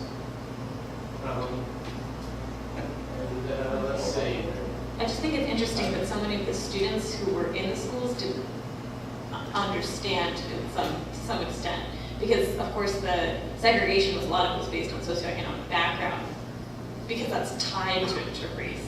Right. And so I think it's, I just thought it was interesting talking with these, the class of 77, whatever, 2 months ago, their perception of the school versus what it actually was institutionalized. That's funny, because during the campaign, I heard people knew very deeply that it was, like, a lot of the people that I talked to were very aware that it was segregated. It'd be interesting to talk to a broad range of graduates, that year, graduates of different socioeconomic groups at the time. And I was walking around with like 5 people, like that's who I was talking with. I wasn't like surveying the classroom. Right. Right. So in that sense, I just, whatever. I think that was interesting to hear their perspective. Yeah, The very interesting. demographics We've heard that at board are meetings too, different. from Yeah. audience members that no one was integrated back then. So we'll add That's a good. general Sure. board goal to that effect. Yeah. Let's see, anybody want to help me take a stab at, Scott, you want to add me a bullet somewhere? Well, I'm trying to wrap my head around what the outcome is. Are we trying to recognize current issues in our community by brokering discussions, hosting forums? Oh, as far as the lecture series, I think? Is that? I think so, yeah. Well, I mean, part of what I remember about our homework data collection was that there's a group of parents that think there's not enough homework. And then there's a lot of the staff and the board and such that think that, we could do with way less homework. So I feel like there's some disconnect and there's the need for maybe an open discussion or at least an explanation of what our goal is, so that the community doesn't feel that, there's part of the community that doesn't feel that we are changing things by, mandating. Well, here's an idea. So, good point. Do we, because we're still researching it? Yeah, we did research. Yeah, I mean, as far as academic research goes. I took all the research. I'm obviously going to call all the data that I got and then present it to the teachers, and we're going to come up with a proposal. That proposal is going to come to the curriculum committee, and then the curriculum committee is going to Michelle, you're going to present to the full board. Perhaps the meeting at which the full board hears what that proposal is the opportunity for people to come out and speak about this topic. Yeah, I mean, my hope is that we're more proactive in terms of making sure that everyone's voice is heard within the research, I guess. I mean, the research is the research. There's science and then there's not science. Well, here's another thought. What I could do is add another layer to the process of moving along whatever proposal we come up with. So between the time that the teachers and the curriculum committee come up with a proposal, perhaps I invite the community to come in 7 o'clock at night at some point and listen to the proposal, so they have an opportunity to chime in. So the proposal might be we have no homework weekends, or we limit the number of minutes students can be assigned homework. The type of homework. Right. I'm not crazy about that idea, but where we decide we're going to dive into the research on effective homework practices starting next year, so teachers have a better handle on what works and what doesn't. Do you want me to consider that? Yeah, I think that's a good compromise. So we're comfortable with going in the direction that might be counter to what direction we want to go. No. How about this? How about if we ask each of the principals to do this in their own buildings? I mean, we had this conversation over the weekend with Stephanie where she, attended this conference where it was more about, students had a voice, parents had a voice, teachers had a voice. It might be interesting to have one night throughout the district that's a no homework night. And on that night, each of the buildings hosts some sort of event where they ask students and teachers and parents and everybody to come together and have an actual conversation. Like, have the students come and present their thoughts, have the parents come and present their thoughts, have the teachers come and present their thoughts, and actually have a conversation in each building about that. And then you could have the principals report back to you or back to the board or however you want to do Even that. before we come up with any proposals. Yeah, just to kind of get instead of, get real live feedback from each building. Like that idea. Yeah, the teachers could incentivize attendance by telling their students that if they would get extra credit, they actually would get extra 5 points or something toward their grade. But for the sake of codifying this, I tweaked the language in the second to last bullet in the first goal. So now we're taking action on results of research as opposed to continuing the research. Forgive me, I'm pulling my reminders, my to-do list in front of the whole world. So I can add myself a reminder. Actually, ironically, here's a reminder for me to record a message about homework for faculty because there have been rampant rumors that Dr. Taylor was saying we can't assign homework anymore.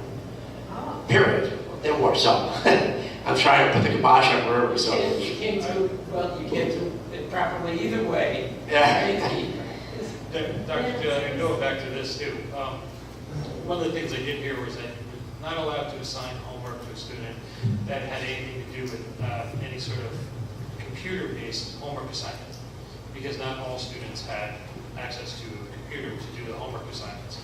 So one of the things, looking at this first area where we're talking about supporting the curriculum and instruction supports the whole child, I'm just wondering if we want to change it to where we're saying curriculum, instruction, and supports, or in a way, because we're looking at whether or not we have the ability to have Wi-Fi for students who don't have Wi-Fi at home to do homework, and whether or not they have the ability for some of the students to take a computer home for certain homework assignments, whether or not we can expand that out to have that sort of support structure where we're also, we're providing curriculum instruction and support to the child, not just curriculum instruction.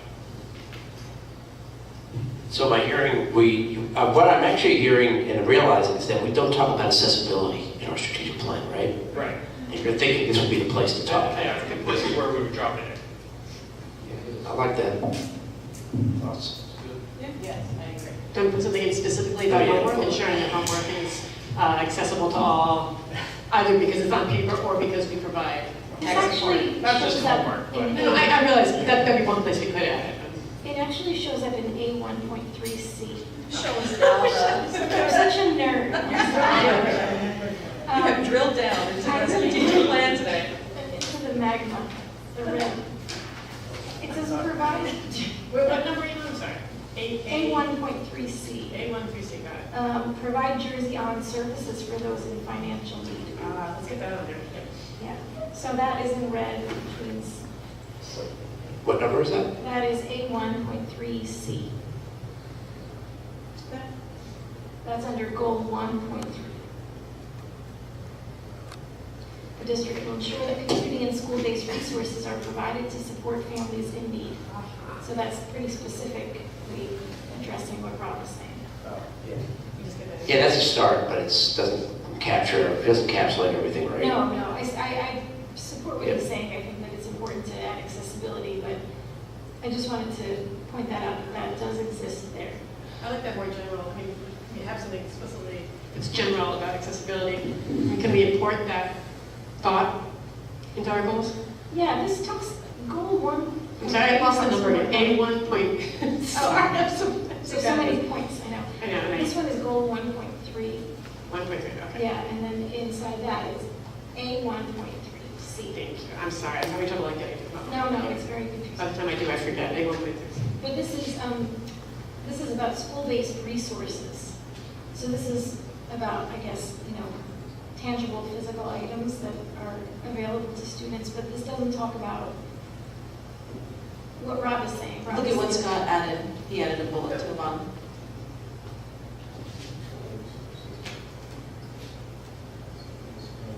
I'd like to see ensure equal access. I think that's a great start. Yeah. We don't want to just sort of like give people a little bit more. I think we want to make sure that it's fair, Like homework, we don't want to just give, a little more resources. We don't have to add this about homework specifically. We want to make sure that everybody has equal access to what they're required to do for school. Is the word here greater or equal? No, we want to Equal. Equal.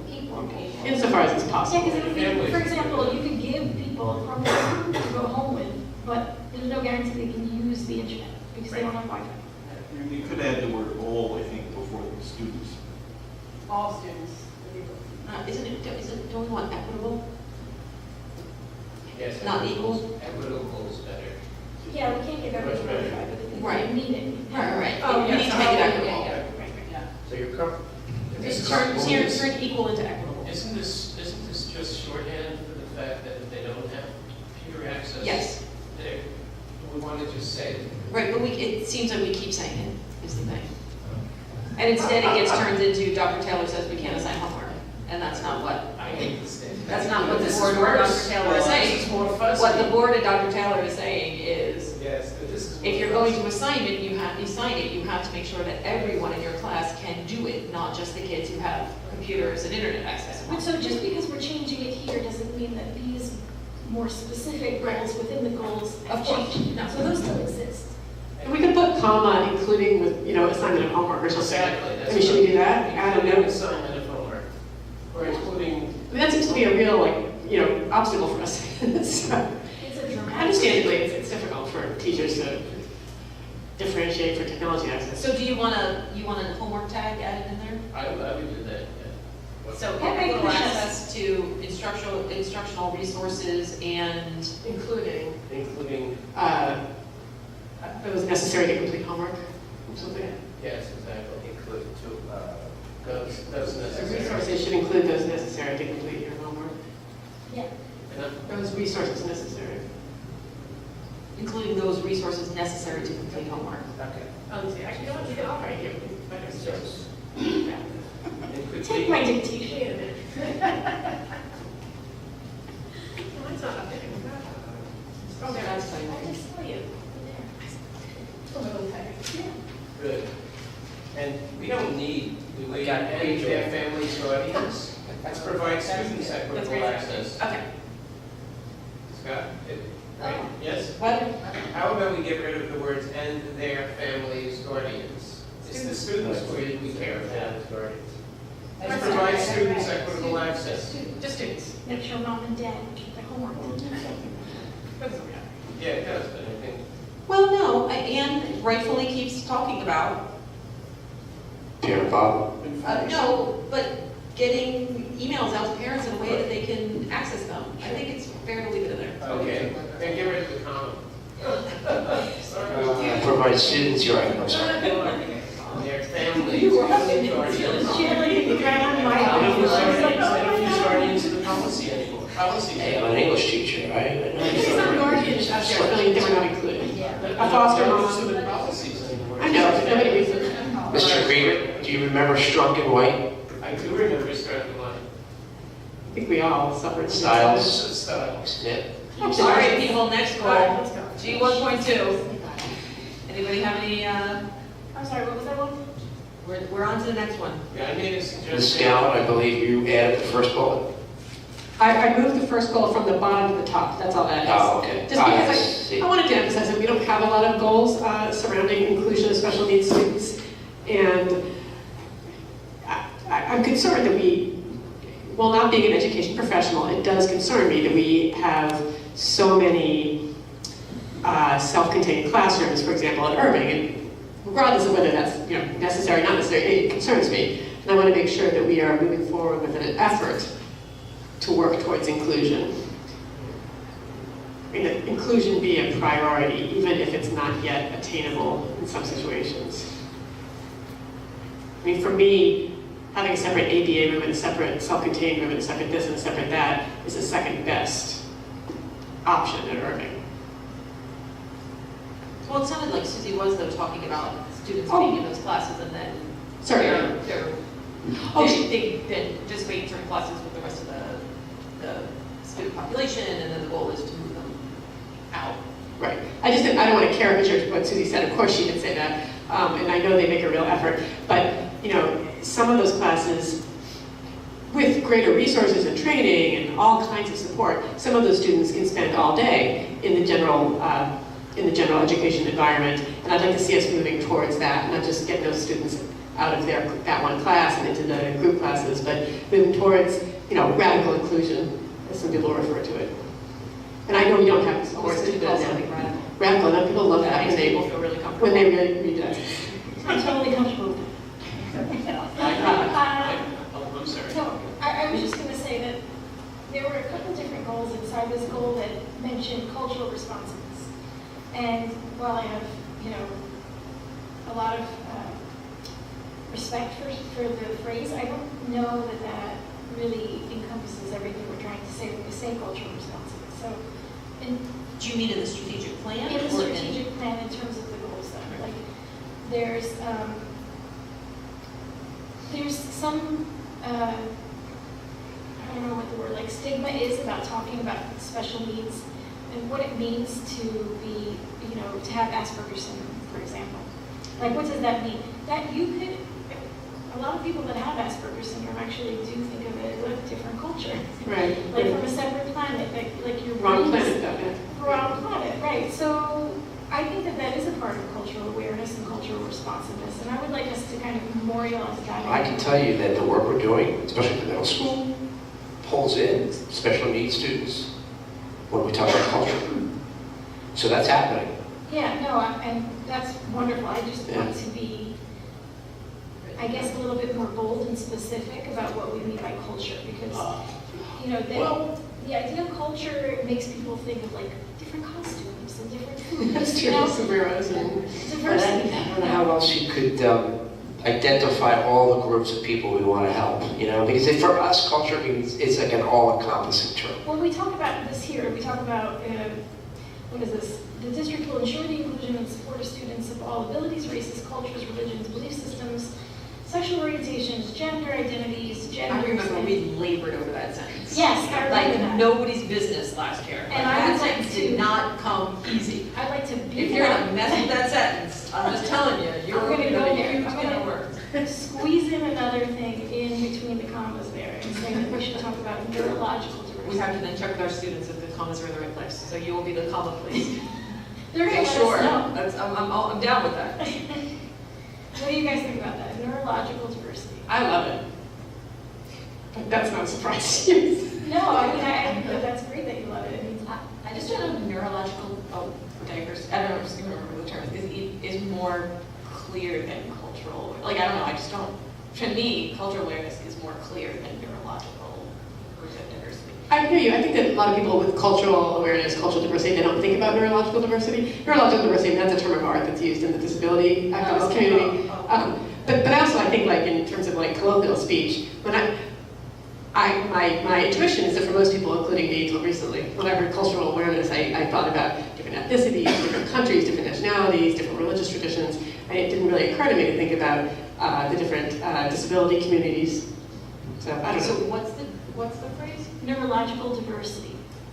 So Where are we exactly? So G 1.2, the district will ensure the inclusion and support of students of all abilities, races, cultures, religions, belief systems.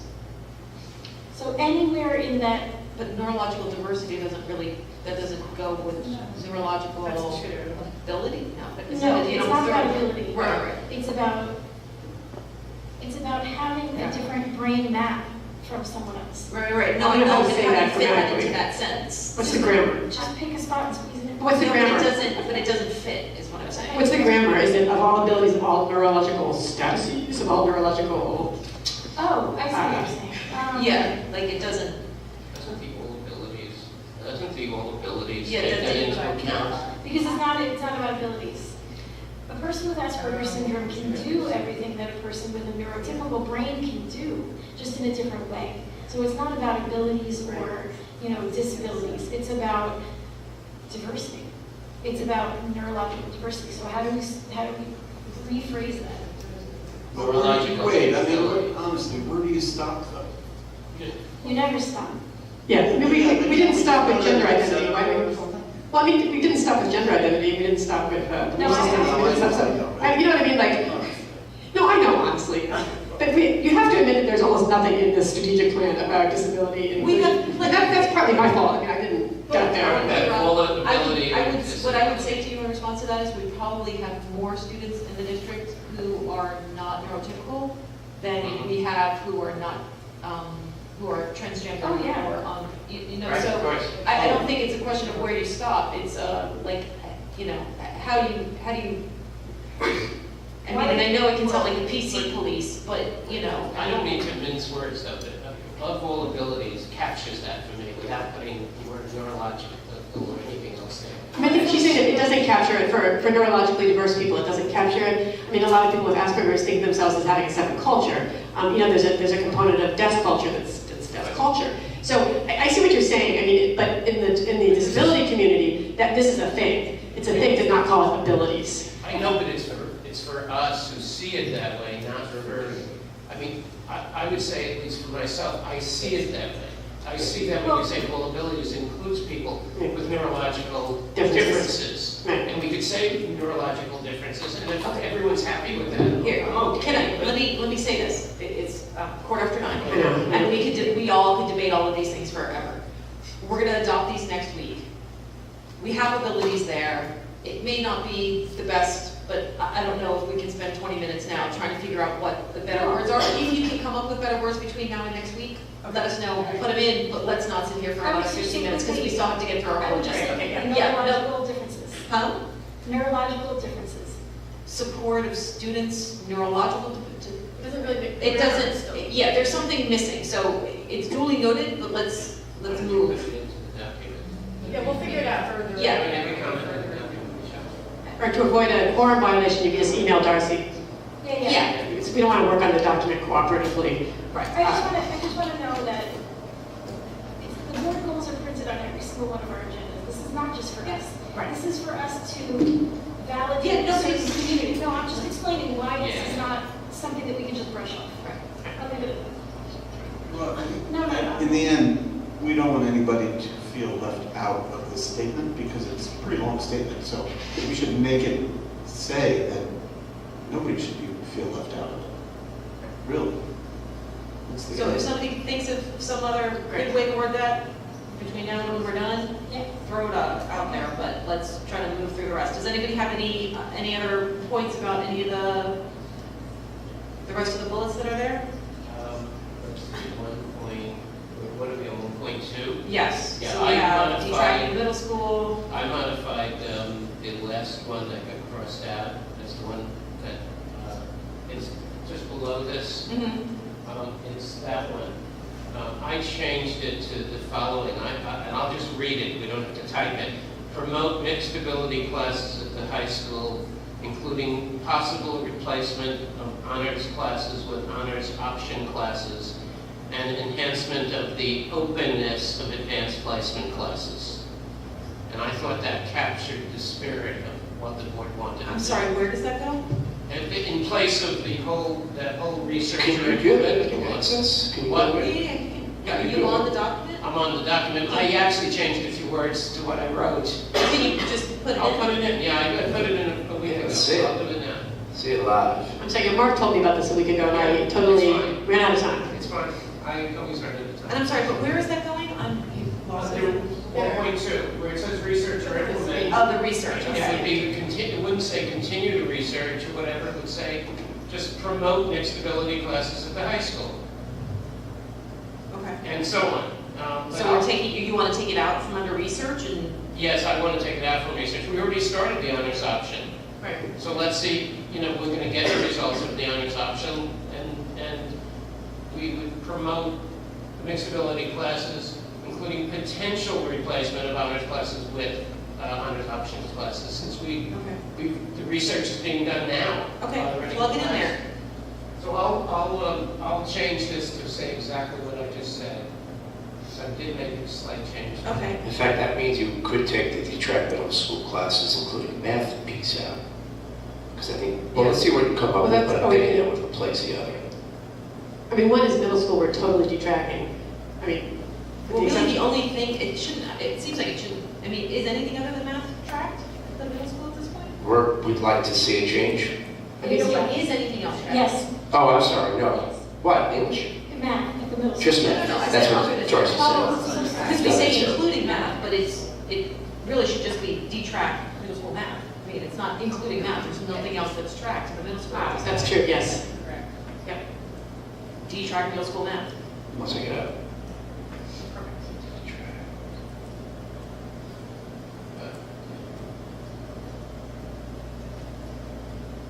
Nothing worse than having to type when like you feel like the whole world's watching you.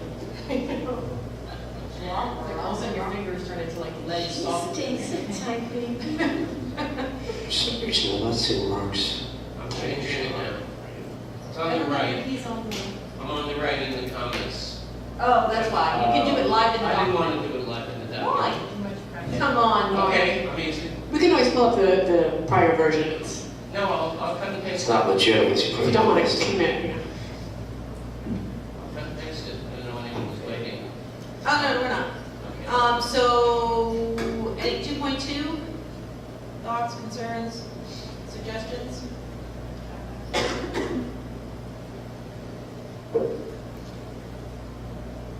You know what I realized I did? I made notes on the strategic plan.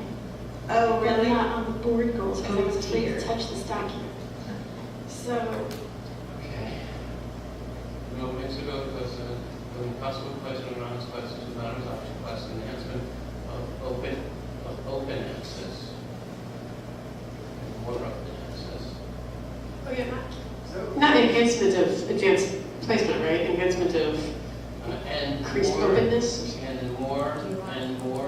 And more open access to advanced placement classes. Well, makes it go with the possible what?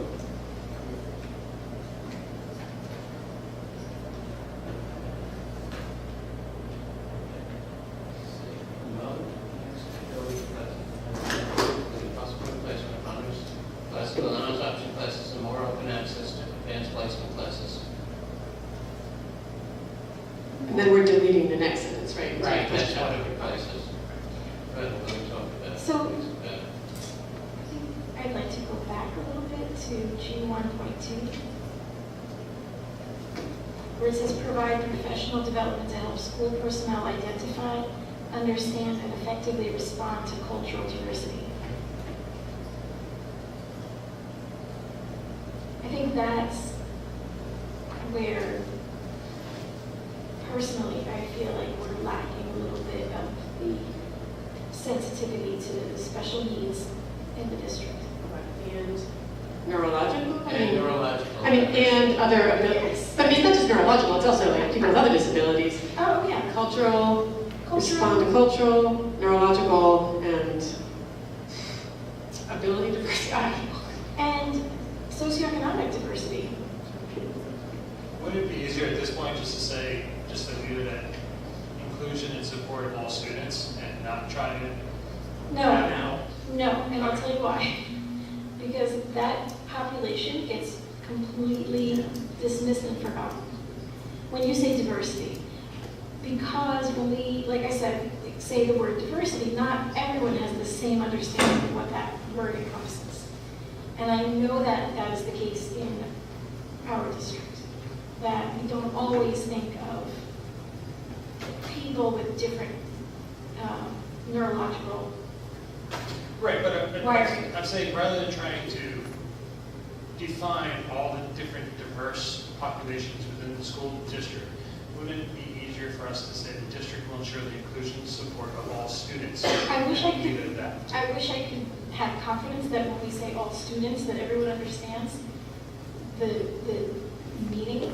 All students in, We used to say all students. I think that, back in the day, I think we've added some of these to point to people who are maybe, who have differences. or not being addressed, And, that needs to be addressed. yeah, and identify them. Yeah, I think it's fine to list them out. I mean, Yeah. and each year we can add more. That's all. Yeah, I mean, Do we that's- want to add gender there? I think it's educational, right, Rob? It's telling people what we mean by all students. Yeah. Yeah, Understand. I'm saying I would love for that to be Yeah, the absolutely. case. Like, I think that we all understand when we say diversity, because we're all kind of knee-deep in educational policy and understanding what the district is lacking. No, but the district has said all students for decades. Yeah, yeah. Do we want to add gender into that statement there as well? Isn't it Because there? that has It's been, there.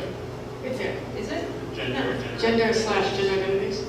In that one that you were just working on? Not in that particular. That one. Oh, No, geez. we're talking specifically about PD. Right.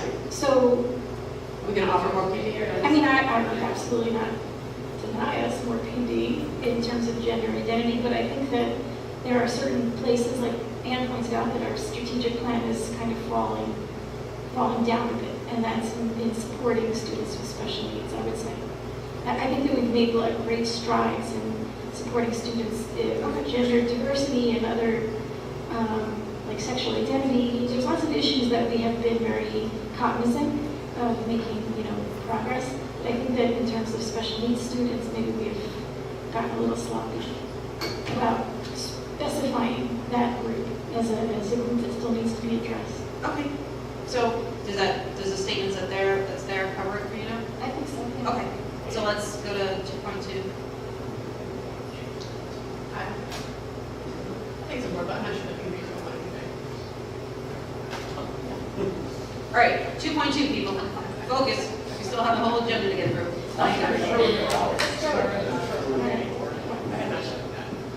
Does anybody have any issues with 2.2?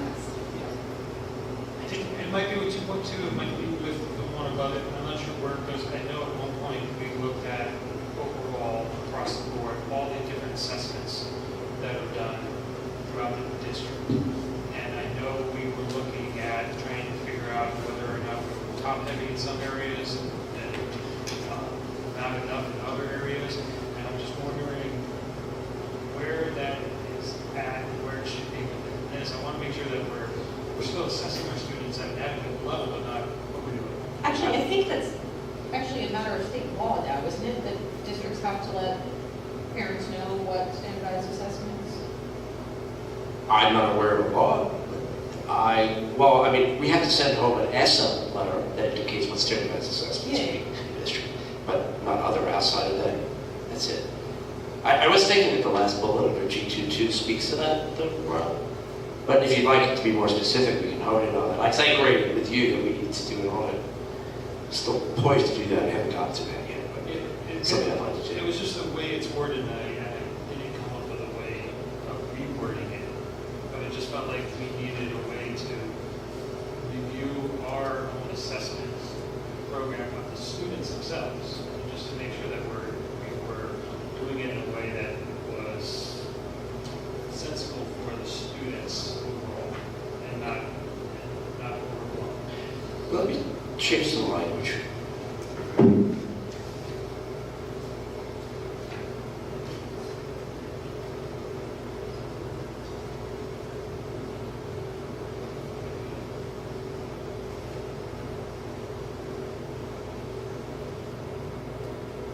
Quiet. Got really quiet all of a sudden. I'm trying to, watch what I'm doing. Yeah, I'm watching it on the screen.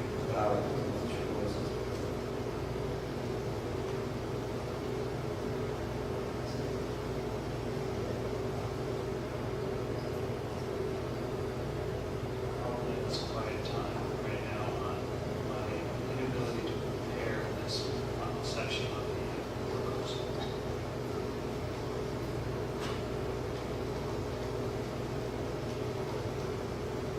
And I would add something in there about that it doesn't,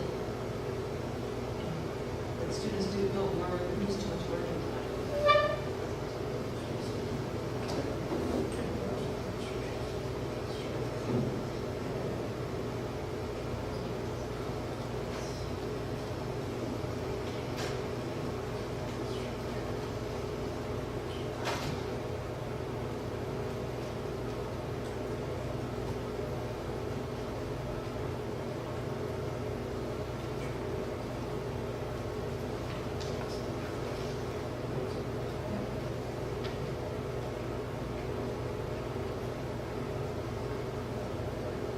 I meant detracting, not detracting.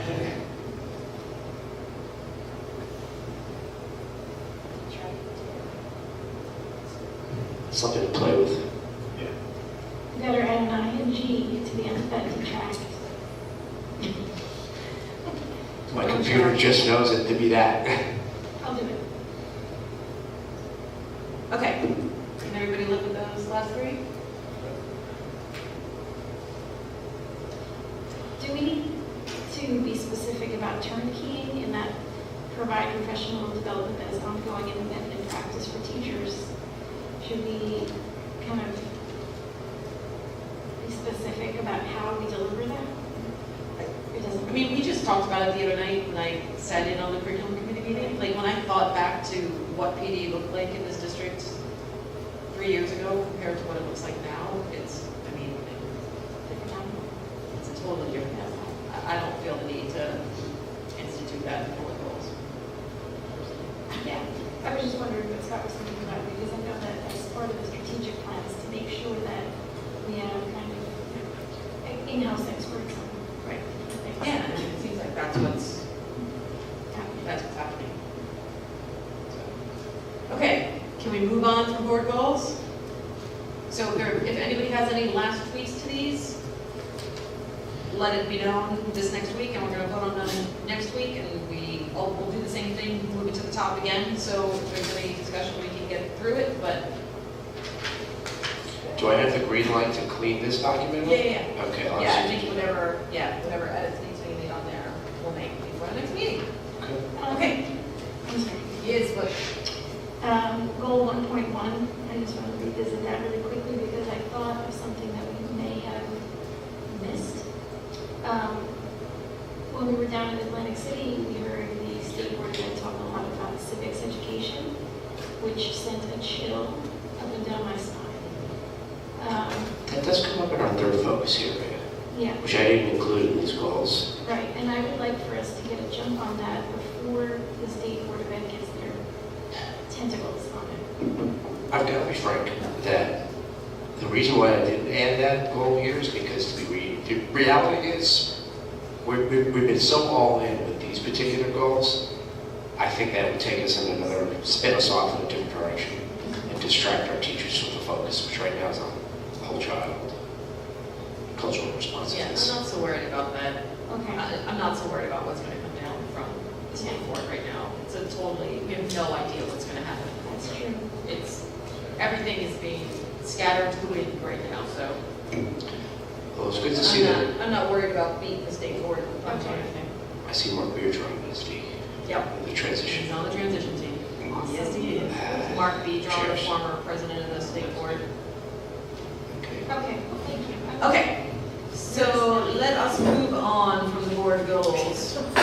This is why we did not get through them when we got to them at 10 o'clock at night or 9:30 at night again. We all glazed over because we all like to talk. Okay, so the last thing I have under my president's report is just a quick update on our charter appeal. So this is the first of our 2 appeals of Hatifa's expansion. Was finally heard in court in Newark last week, and I went with our attorney Jonathan Bush and Doug Silvestro met us there as well, and David Rubin was the one who presented the argument for us before the appellate division. So it was the appellate division of Superior Court in Newark. Some of the interesting bits about it, things I learned about the way the appellate division works that I didn't know. He was like, just certain facts about how the case was heard, indicated certain things to him. The fact that we had 3 judges and not 2, the fact that we were heard in the morning and not later in the day, where they apparently stick to things that they don't really care about so much. So just the fact that we had more judges, the fact that it was first thing in the morning kind of signified to him that this was something that was, kind of on their radar, something that, merited some attention. The arguments themselves were very interesting. They seem to be wanting to they asked a lot of questions about why they should even hear this now. And the one that I thought was the most fascinating was, well, they've been paying all this time, so why are they raising this argument now? So I thought that was kind of fascinating. I mean, I think if we lose this, it's going to be on some grounds like that, not on the merits of the argument that we've made, but on if they're saying that districts who aren't part of a district of residence shouldn't have to pay, then why have they been paying since 2010? Those sneaky devils.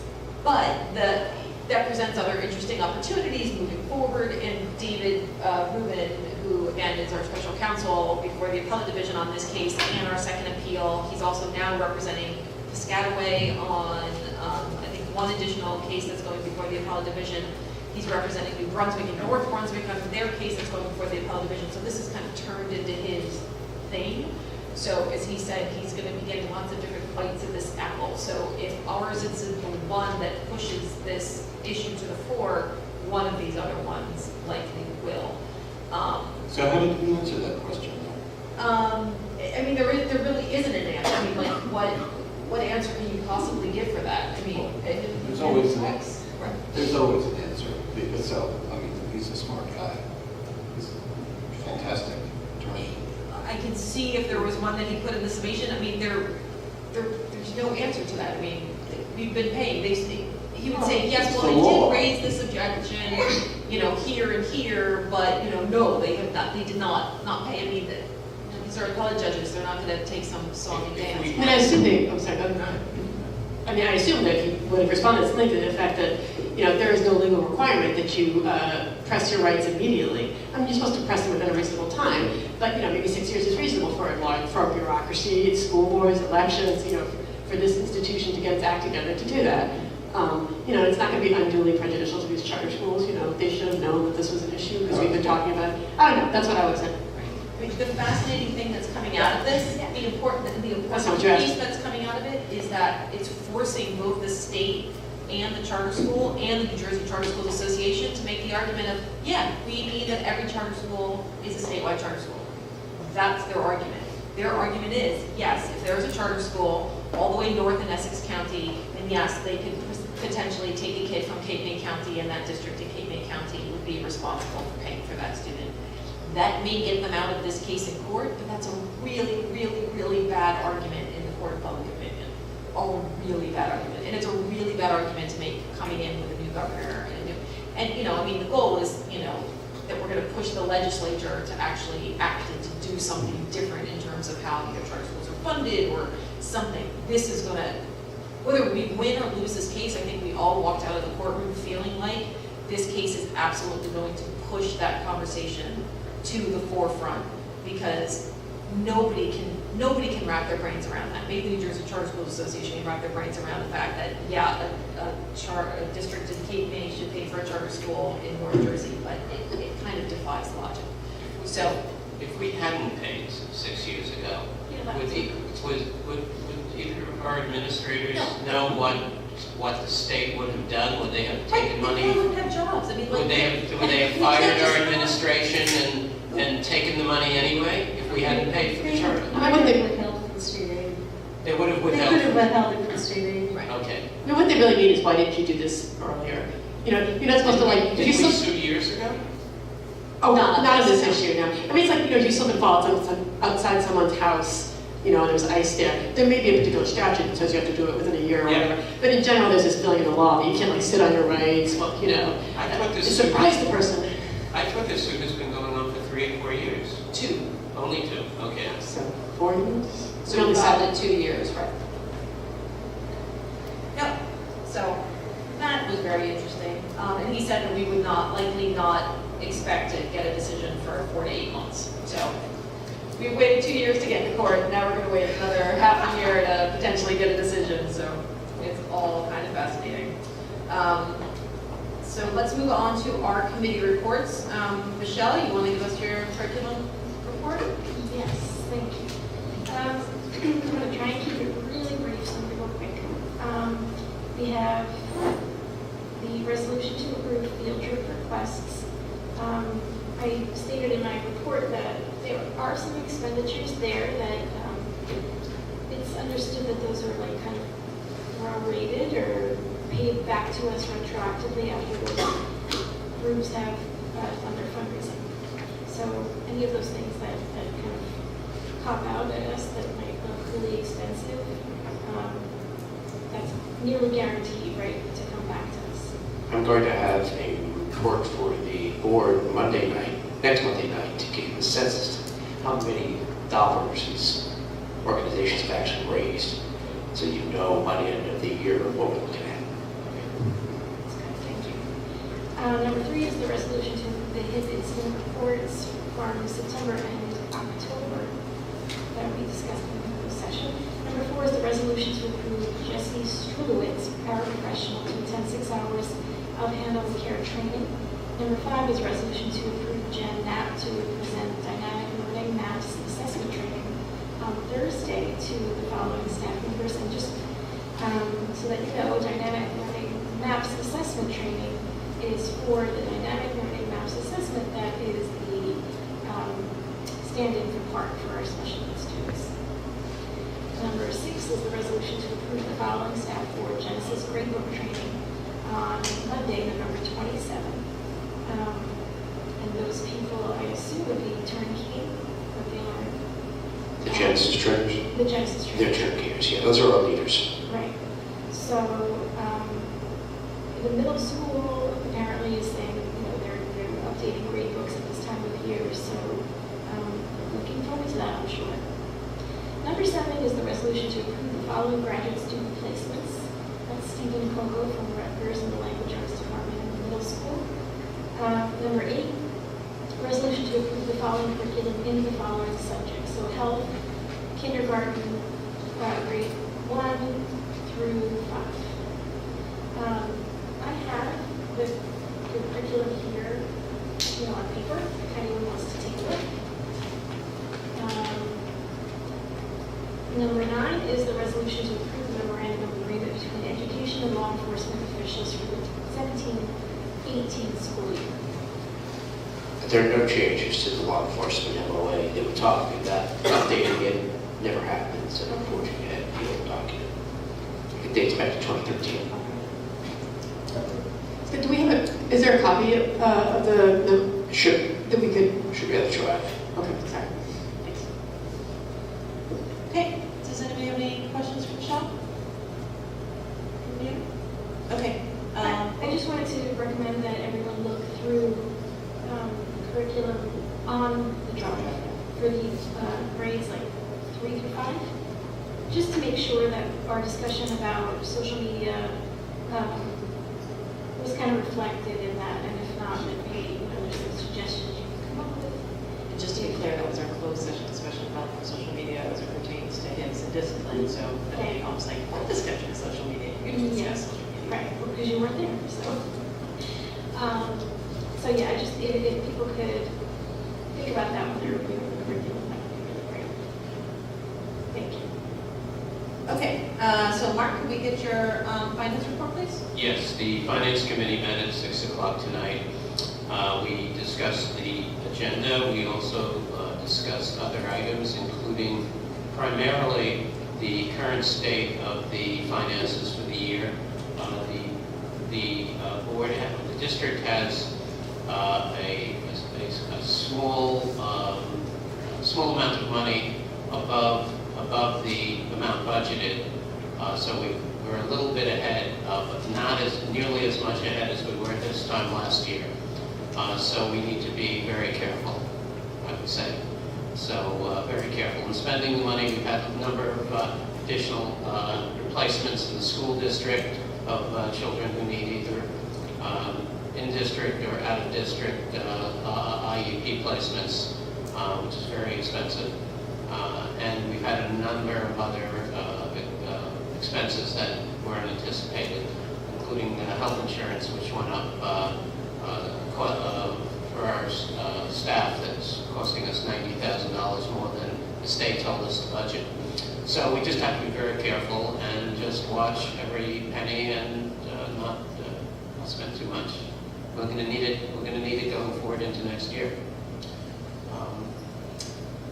So the agenda itself. I'm going to add real quick. Yes. That hopefully with the gubernatorial election. Yes. And a governor-elect who has promised to fully fund our public schools. Yes. We should all, as soon as he is in office, be making phone calls to his office to hold him accountable to that promise. You were elected on that promise. We would like to see our schools fully funded. Thank you, sir. That would, in terms of what that would mean for our budget going into next year, I cannot overstate the difference that would make in our budget planning process and the difference that would make to the taxpayers of Highland Park. Who wants more? I mean, we could affect real change both for our students and for the taxpayers of Highland Park were we to be fully funded. We are still underfunded from when Governor Christie took office. We are below where we were funded before he came into office. It's an insane amount of money. Millions of dollars. So Yeah, so we need to think as a board and, you know, as a larger community about how to impress that opinion upon our new governor once he takes office. can we, End of rant. is that wrong to encourage people to make sure that they contact the governor's office so that he knows that, I don't think so. Okay. But he's not governor yet, so we'll wait. Thanks, Darcy. Good, very good point.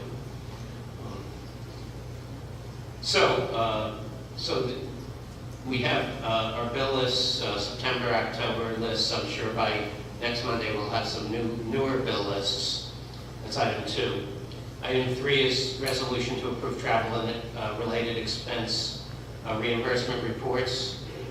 Item 4 is the 3-year lease contract for 20 copiers through Sharp Business, which includes some equipment that they're giving us to sign the contract, but also the prices are going down. We're getting better equipment, lower prices. This will save a modest amount of money this year and next year and the year after over what we're paying now. So it's really good. Who doesn't like that?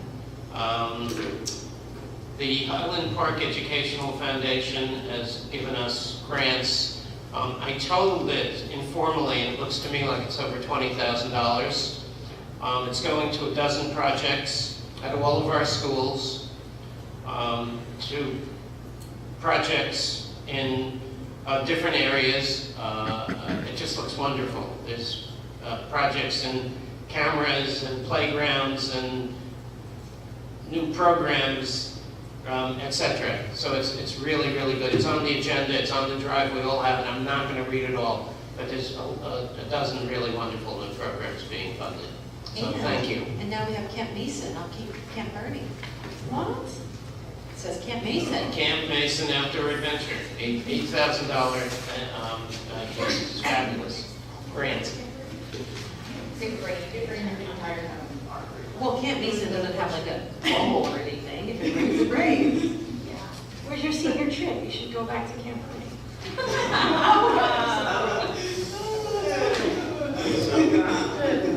Item 6 is a resolution approving contractors for professional services. Again, these are the kinds of services that we approve all the time for different types of healthcare evaluations. You have the HES services, which comes in and mostly at the high school, I believe, and so on. There's a resolution number 7 to approve bedside instruction.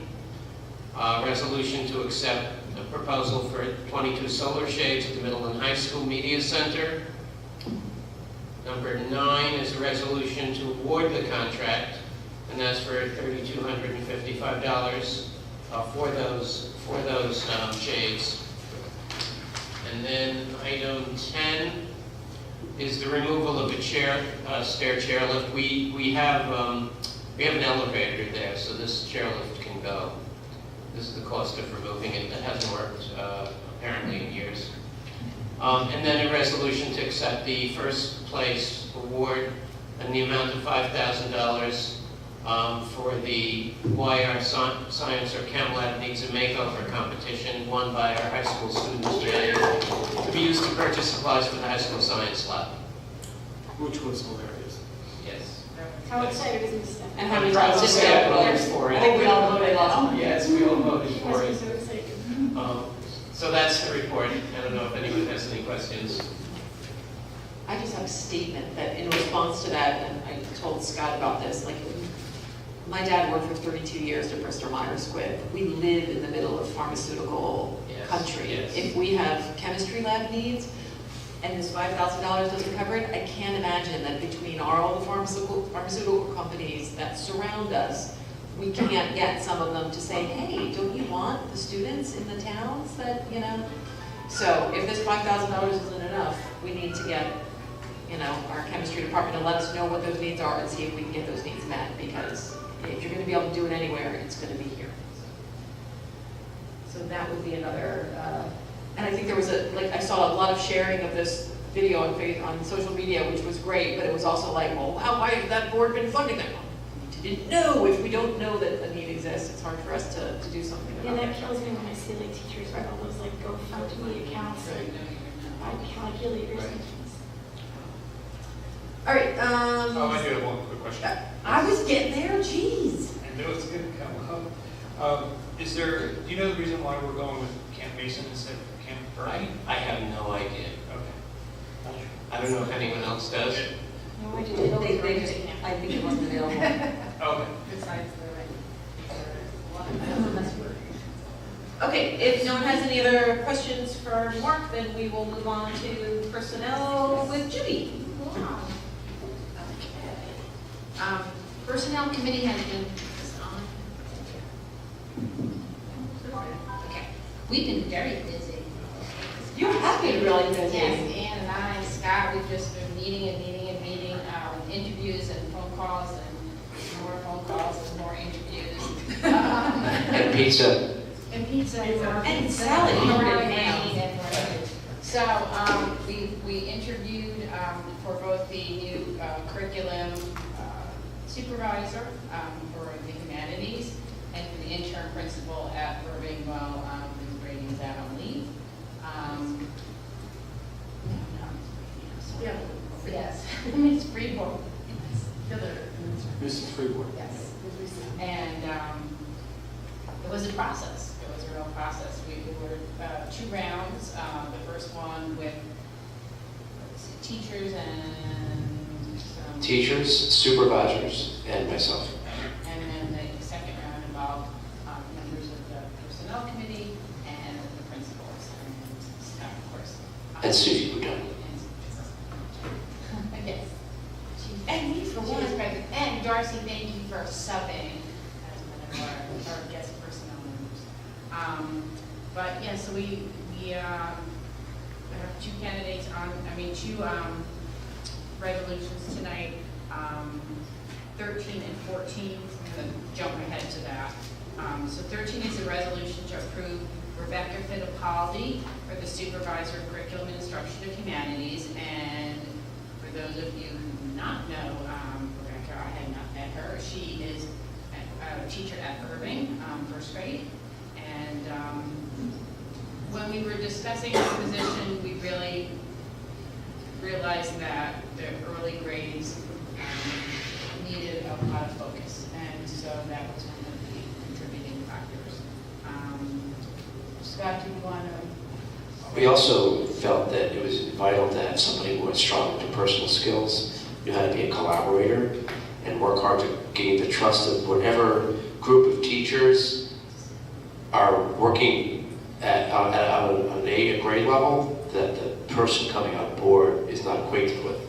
And we felt that the internal candidate here really was the one who was already proven to be a real strong collaborator. So I think that was a big part of our decision making too. Right, so now we have to find an incredibly awesome first grade teacher to replace her word on the street.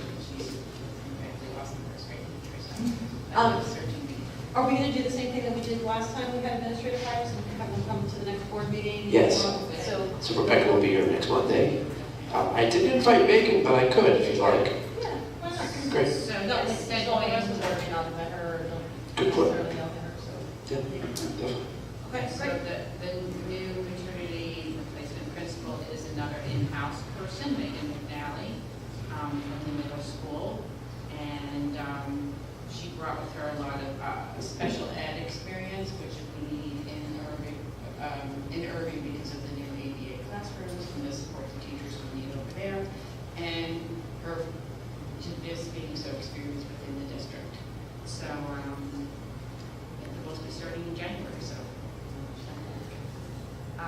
And I'll go through the rest of the agenda then. So number 2 is just a regular list of source for teacher subs.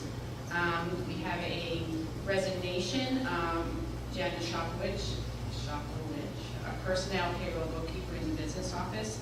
She will be retiring effective January 1st, making her last day December 31st. We have a resignation of Carrie Rockio for para over at Irving. She's already had her last day. So on the agenda, you'll see that we have 4 new paras at Irving. 1 is the replacement, and then 3 are new because of these with our special ed population. And 11 is a resolution to approve one-on-one para to work with an extracurricular activity with the anime club over at the high school. 17 is the hiring of a new elementary teacher at Irving, Helen, off the top. Can you help me with that last name? We call her Miss P. Miss For making it easy. Yes. So we're looking forward to that. 15, we have approval of a medical leave extension. 16, maternity disability leave and child care leave. 17, another child care leave extension. We have some scheduled B positions. You'll see a number 18 for volleyball and track. Some lunch paras, 20 paras, stipends for some paras.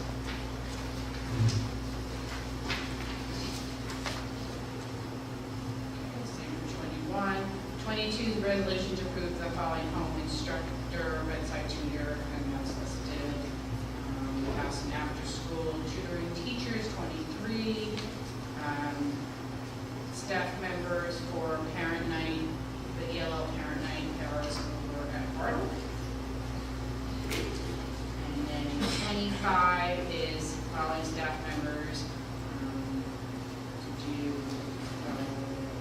professional development academy presenters, all in-house people. Okay, to the end, bear with me. I can't explain 26. Number 26? Yeah, you want to So- do a little rundown, I think. These are the non-public school funds that are diverted from us, from the federal government, to them for certain services. I simply put, I don't know what else I wish to share.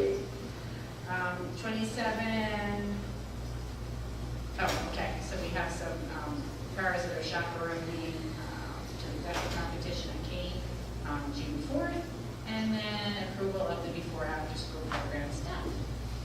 Okay, so that's it for the agenda. Let me give you just one other item we discussed, which was the Irving and Bartle media specialist positions. We focused on whether we have gotten any applicants. We did have 2 applicants that were feasible, and Scott promised to follow up on that. And this text is encouraging. We guys have a lot as far as recruiting, committed to finding a placement. One thing I've done already is reached out to the coordinator of the Media Specialist Certification Program at Rutgers, and heard back from her, and I emailed her over the weekend.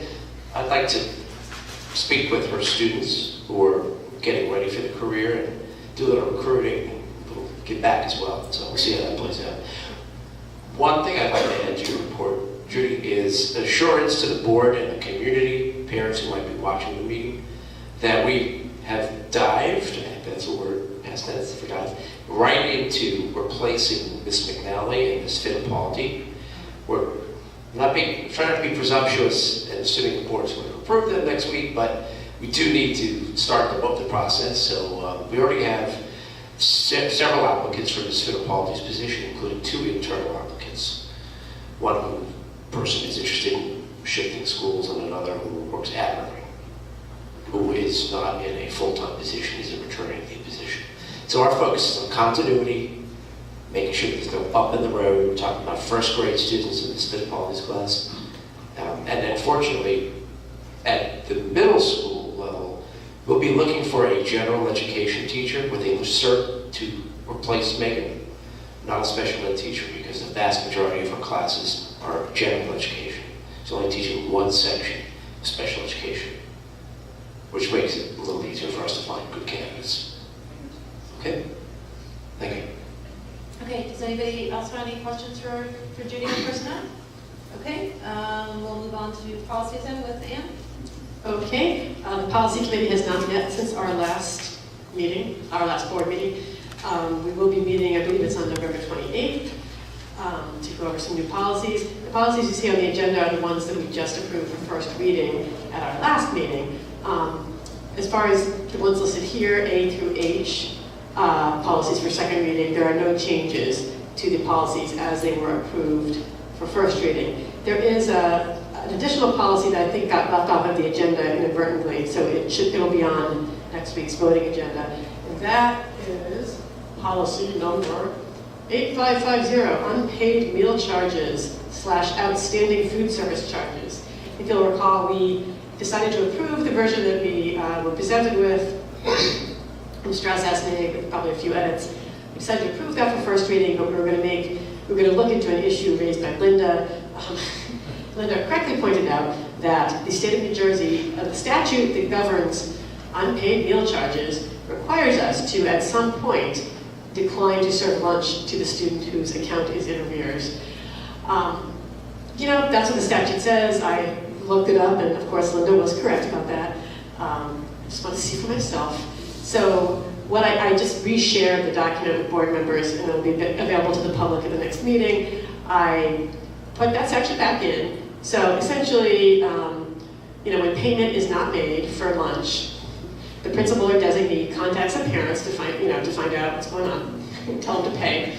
And I just put NJSA, name of the statute, then requires the district to take the following action.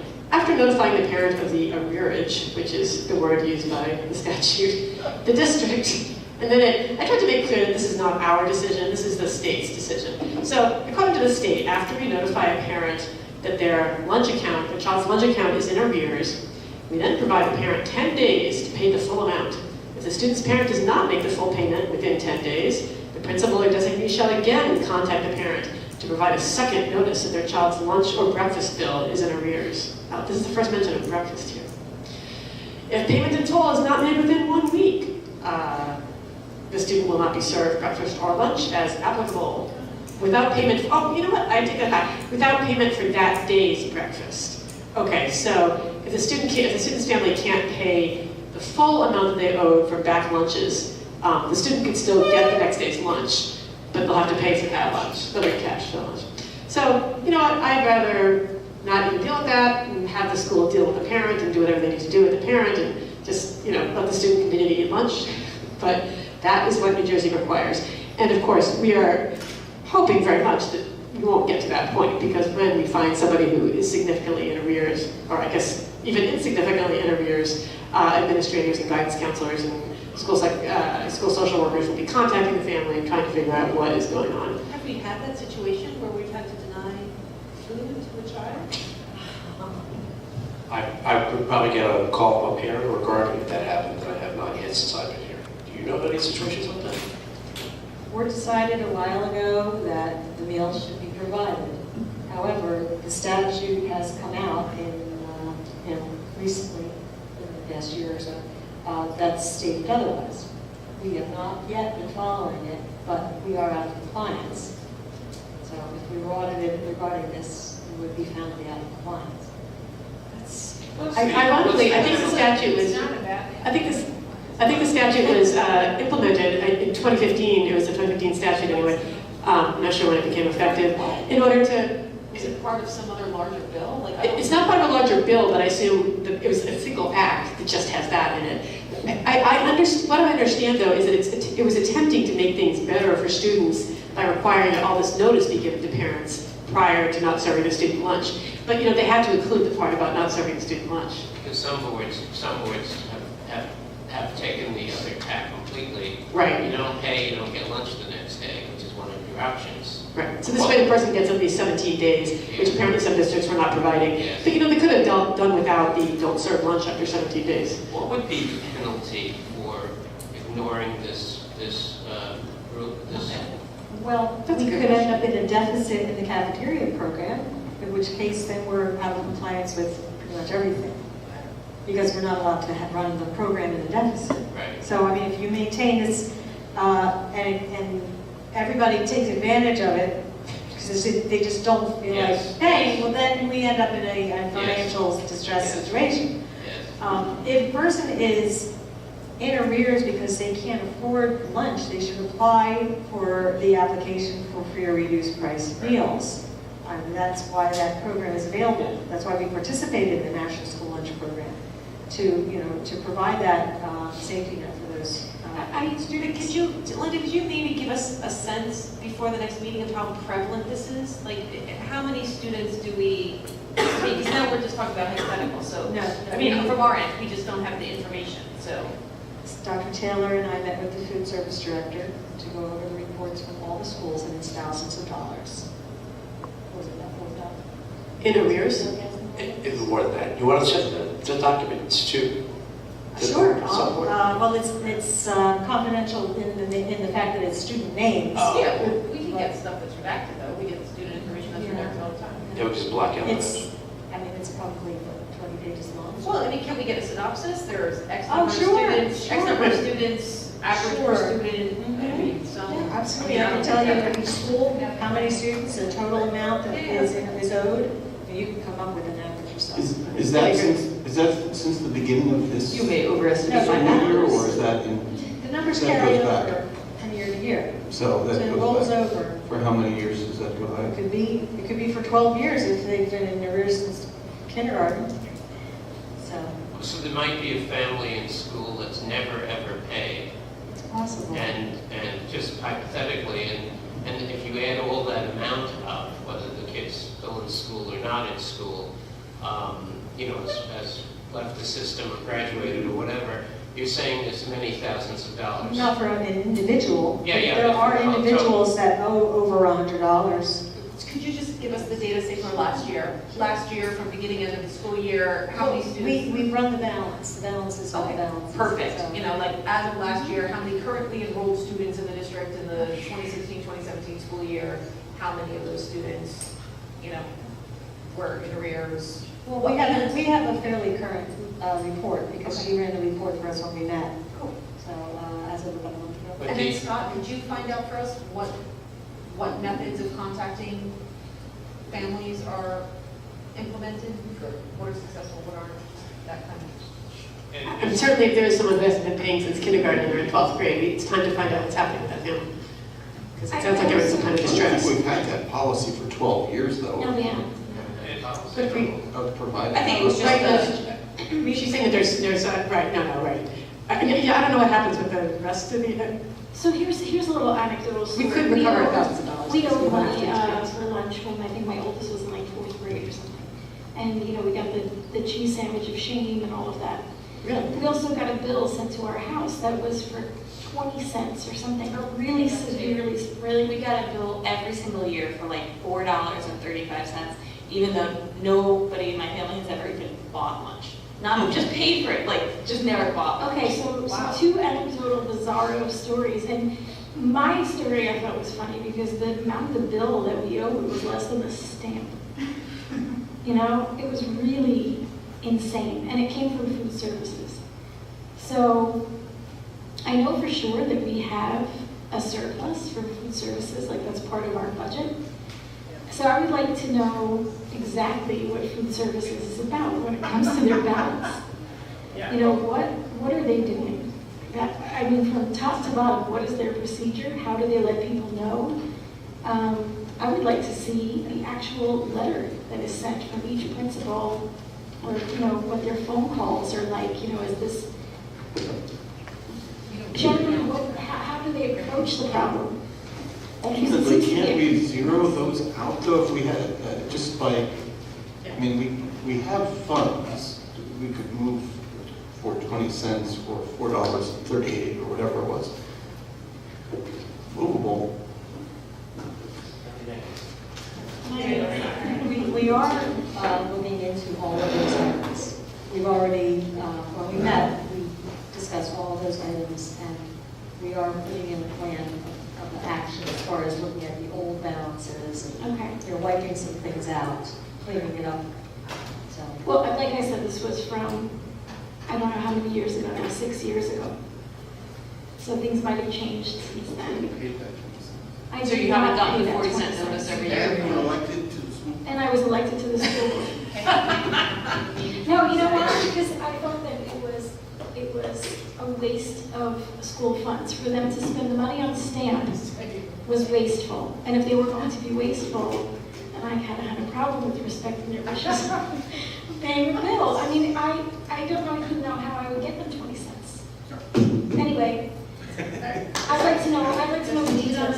All right, so we're gonna get some information on that before we have to vote on this policy next week. That's great. That's the bottom line. Does anybody have any other questions or concerns about that policy or anything? Yeah, going back to Mark's question and the data that Linda's going to get to us, could you also let us know what the threshold is between when the amount that's in arrears would go to the point where it's going to push us to be out of compliance with other parts of the budget?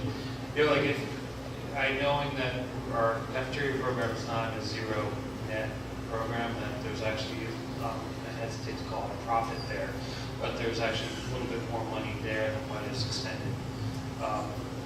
If you could include in your report to us at what point the amount that's in arrears would exceed and put that program into the negative.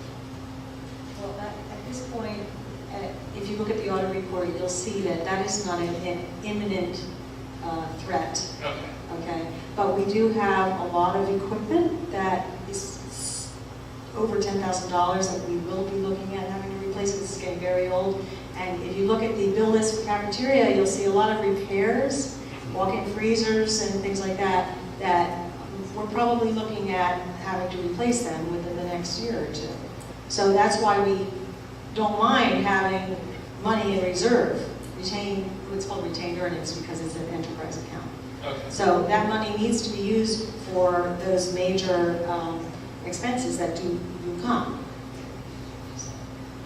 Thank you. All right, so we will all look forward to getting that information sometime this week before we vote on this for second reading next week.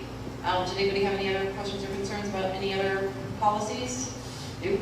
All right, we don't have Sharice here for equity and excellence, and I did speak to her today, and she let me know that she wasn't going to be able to make it tonight, and said that equity and excellence hasn't met in a while, so I don't think there's anything to report there.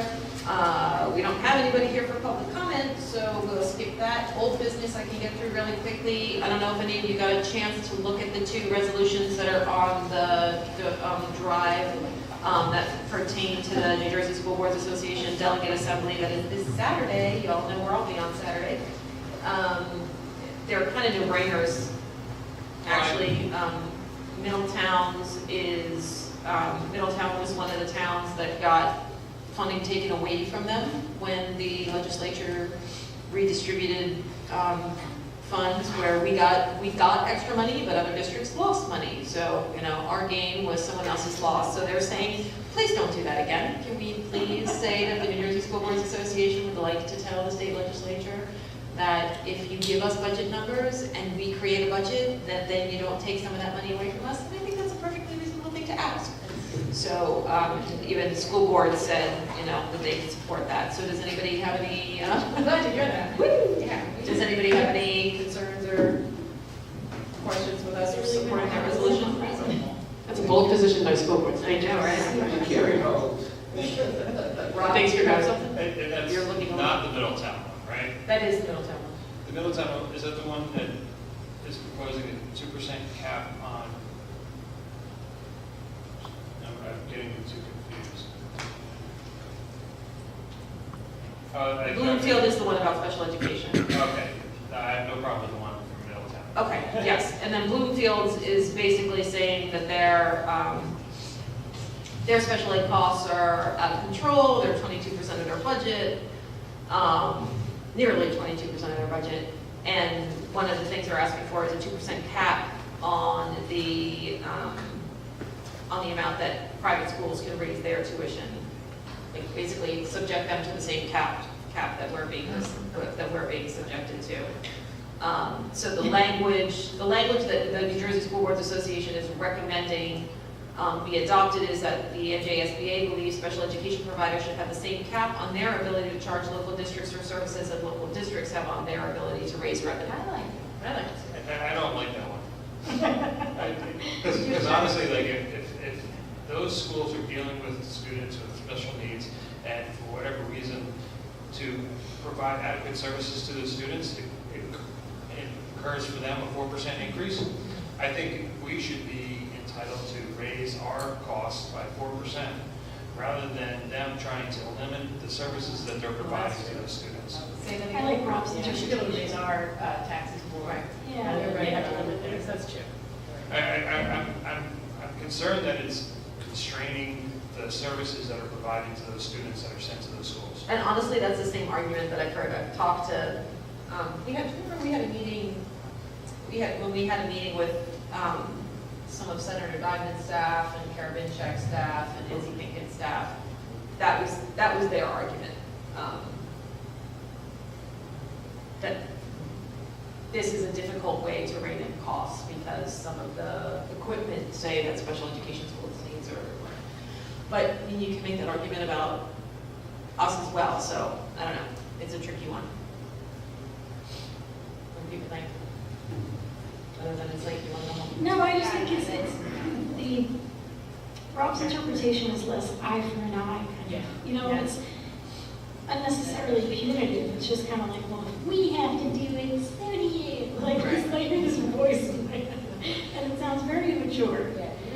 A lot of the rest of it, I like a lot in terms of how, talking about how money doesn't necessarily follow the student to the following year, where if you have a student placed in your district, during the school year that increases your cost, you can't increase your costs into the following school year. There's a lot of other things in here that I really like, but the 2% cap I've always found troublesome, even just for us. It's like where our costs are going up to provide adequate services to our students, and it's costing us more than 2%. We're constrained, except for certain special situations where we can go above that 2%. I've never agreed with it for us, and I don't think I could agree with it for any other school. Well, but here's what NJSBA did with this. Here's what Bloomfield, and this is what they've done with us multiple times too. We say we want this language, and the school board goes, well, you can have this language. And they kind of twist it a little bit. So what Bloomfield asked for was the NJSBA believes that the state should fully fund special education costs, including extraordinary aid costs and transportation costs, and limit the increase that all providers can charge to the same 2% cap. So if the state were paying for it, then okay, what Bloomfield was trying to get at was, you're holding us to this, you're letting them raise it to this, and you're not paying for hardly any of it. But NJSBA reduced it down to this. My sense is, knowing folks on the Bloomfield Board of Ed, that they're not going to like that language any better than we do. And this can get amended. I mean, it's kind of the cool thing about the delegate assembly is somebody can get up and say, I want this language taken out, and I want this language put in, and then if you can get enough people to agree with you. So my sense is that this will get played with. So I think I get the sense of what you guys are saying is, we don't want this to be an eye for an eye kind of thing. We're stuck with 2%, so you can only have 2%. But could everybody agree with what their original statement was? Of like, hey, state, help us out here. Our costs are out of control. You're letting them raise their costs as much as they want to, but you're limiting us to our 2%. Something's got to give here somewhere. Right. So, because that's the original intent of what I read in the Bloomfield resolution, and just NJSBA kind of did a very reductionist kind of read on it. All right. Well, why is NJSBA allowed to do that? I mean, it's Bloomfield's resolution. Can't Because it goes through a committee. So the times that we've put a resolution before the New Jersey School Boards Association, I then have to present our resolution to this subcommittee of the delegate assembly that then says either, yes, we'll put your resolution forward, or no, we won't put your resolution forward, or yes, we'll put your resolution forward, but we'll do it with this revised language. You don't just get to submit it and then it goes to all the school board. It gets funneled through this committee. That's interesting. I don't like that. Yeah, I think the thing is that there would be a lot of school districts and voters who would not support having to pay what we would call some additional tax to fund what we're talking about. They would say, no, if they want to have additional special ed students, they should have to pay for it. I think I just feel there are places that I'm sure that's true. right, don't think of it the same way as we do. Right. Whole countries, for example. Yes. Okay, so, all right, I feel like I have a good sense of where you guys are, and we'll try to represent your views accordingly at the delegate assembly on Saturday. We don't have anything else for old business. Does anybody have anything for new business? Other than blank stares? No? We don't have anybody here for public comment, so can I get a motion to adjourn? So moved. Can I get a second? Second. All in favor? Aye.